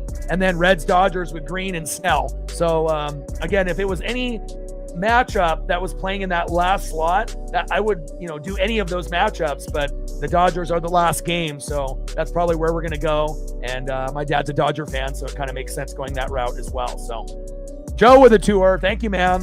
And I appreciate that. Every dollar counts. Stacks, Racks with a little Cactus Jack. Bang, bang. Appreciate you. And I appreciate it. Every dollar adds up to be able to pay the internet bill, the streaming fee, or just being able to take care of my pup. So appreciate that. Thank you so much. TJ helping out. Joe and Reflect coming in at the buzzer. Thank you. Because there's nothing worse when you do this full time and then you potentially are at a zero. It doesn't make you feel good for all the time and effort. And we hit 20,000 people last night. So I knew that we weren't going to hit that in this game, but we're definitely, getting into that mix of the numbers there. So appreciate you guys very much. Shout out to TJ, Joe, and Reflect. Appreciate you guys very much. And again, we'll be live tomorrow for the Reds and the Dodgers at 6 p.m. for the first wild card or last wild card matchup of the night. And I got one question for you. Who talk sports like us. Final score, Broncos 28, Bengals 3. And appreciate you guys. Have a great rest of your night. I'm going to eat some dinner and hang out with my pup and enjoy the wild card madness starting at 10 a.m. tomorrow with the Tigers and the Guardians. Winner of that will play the Mariners 2 out of 3. Appreciate you guys very, very much. And I'm out. All right.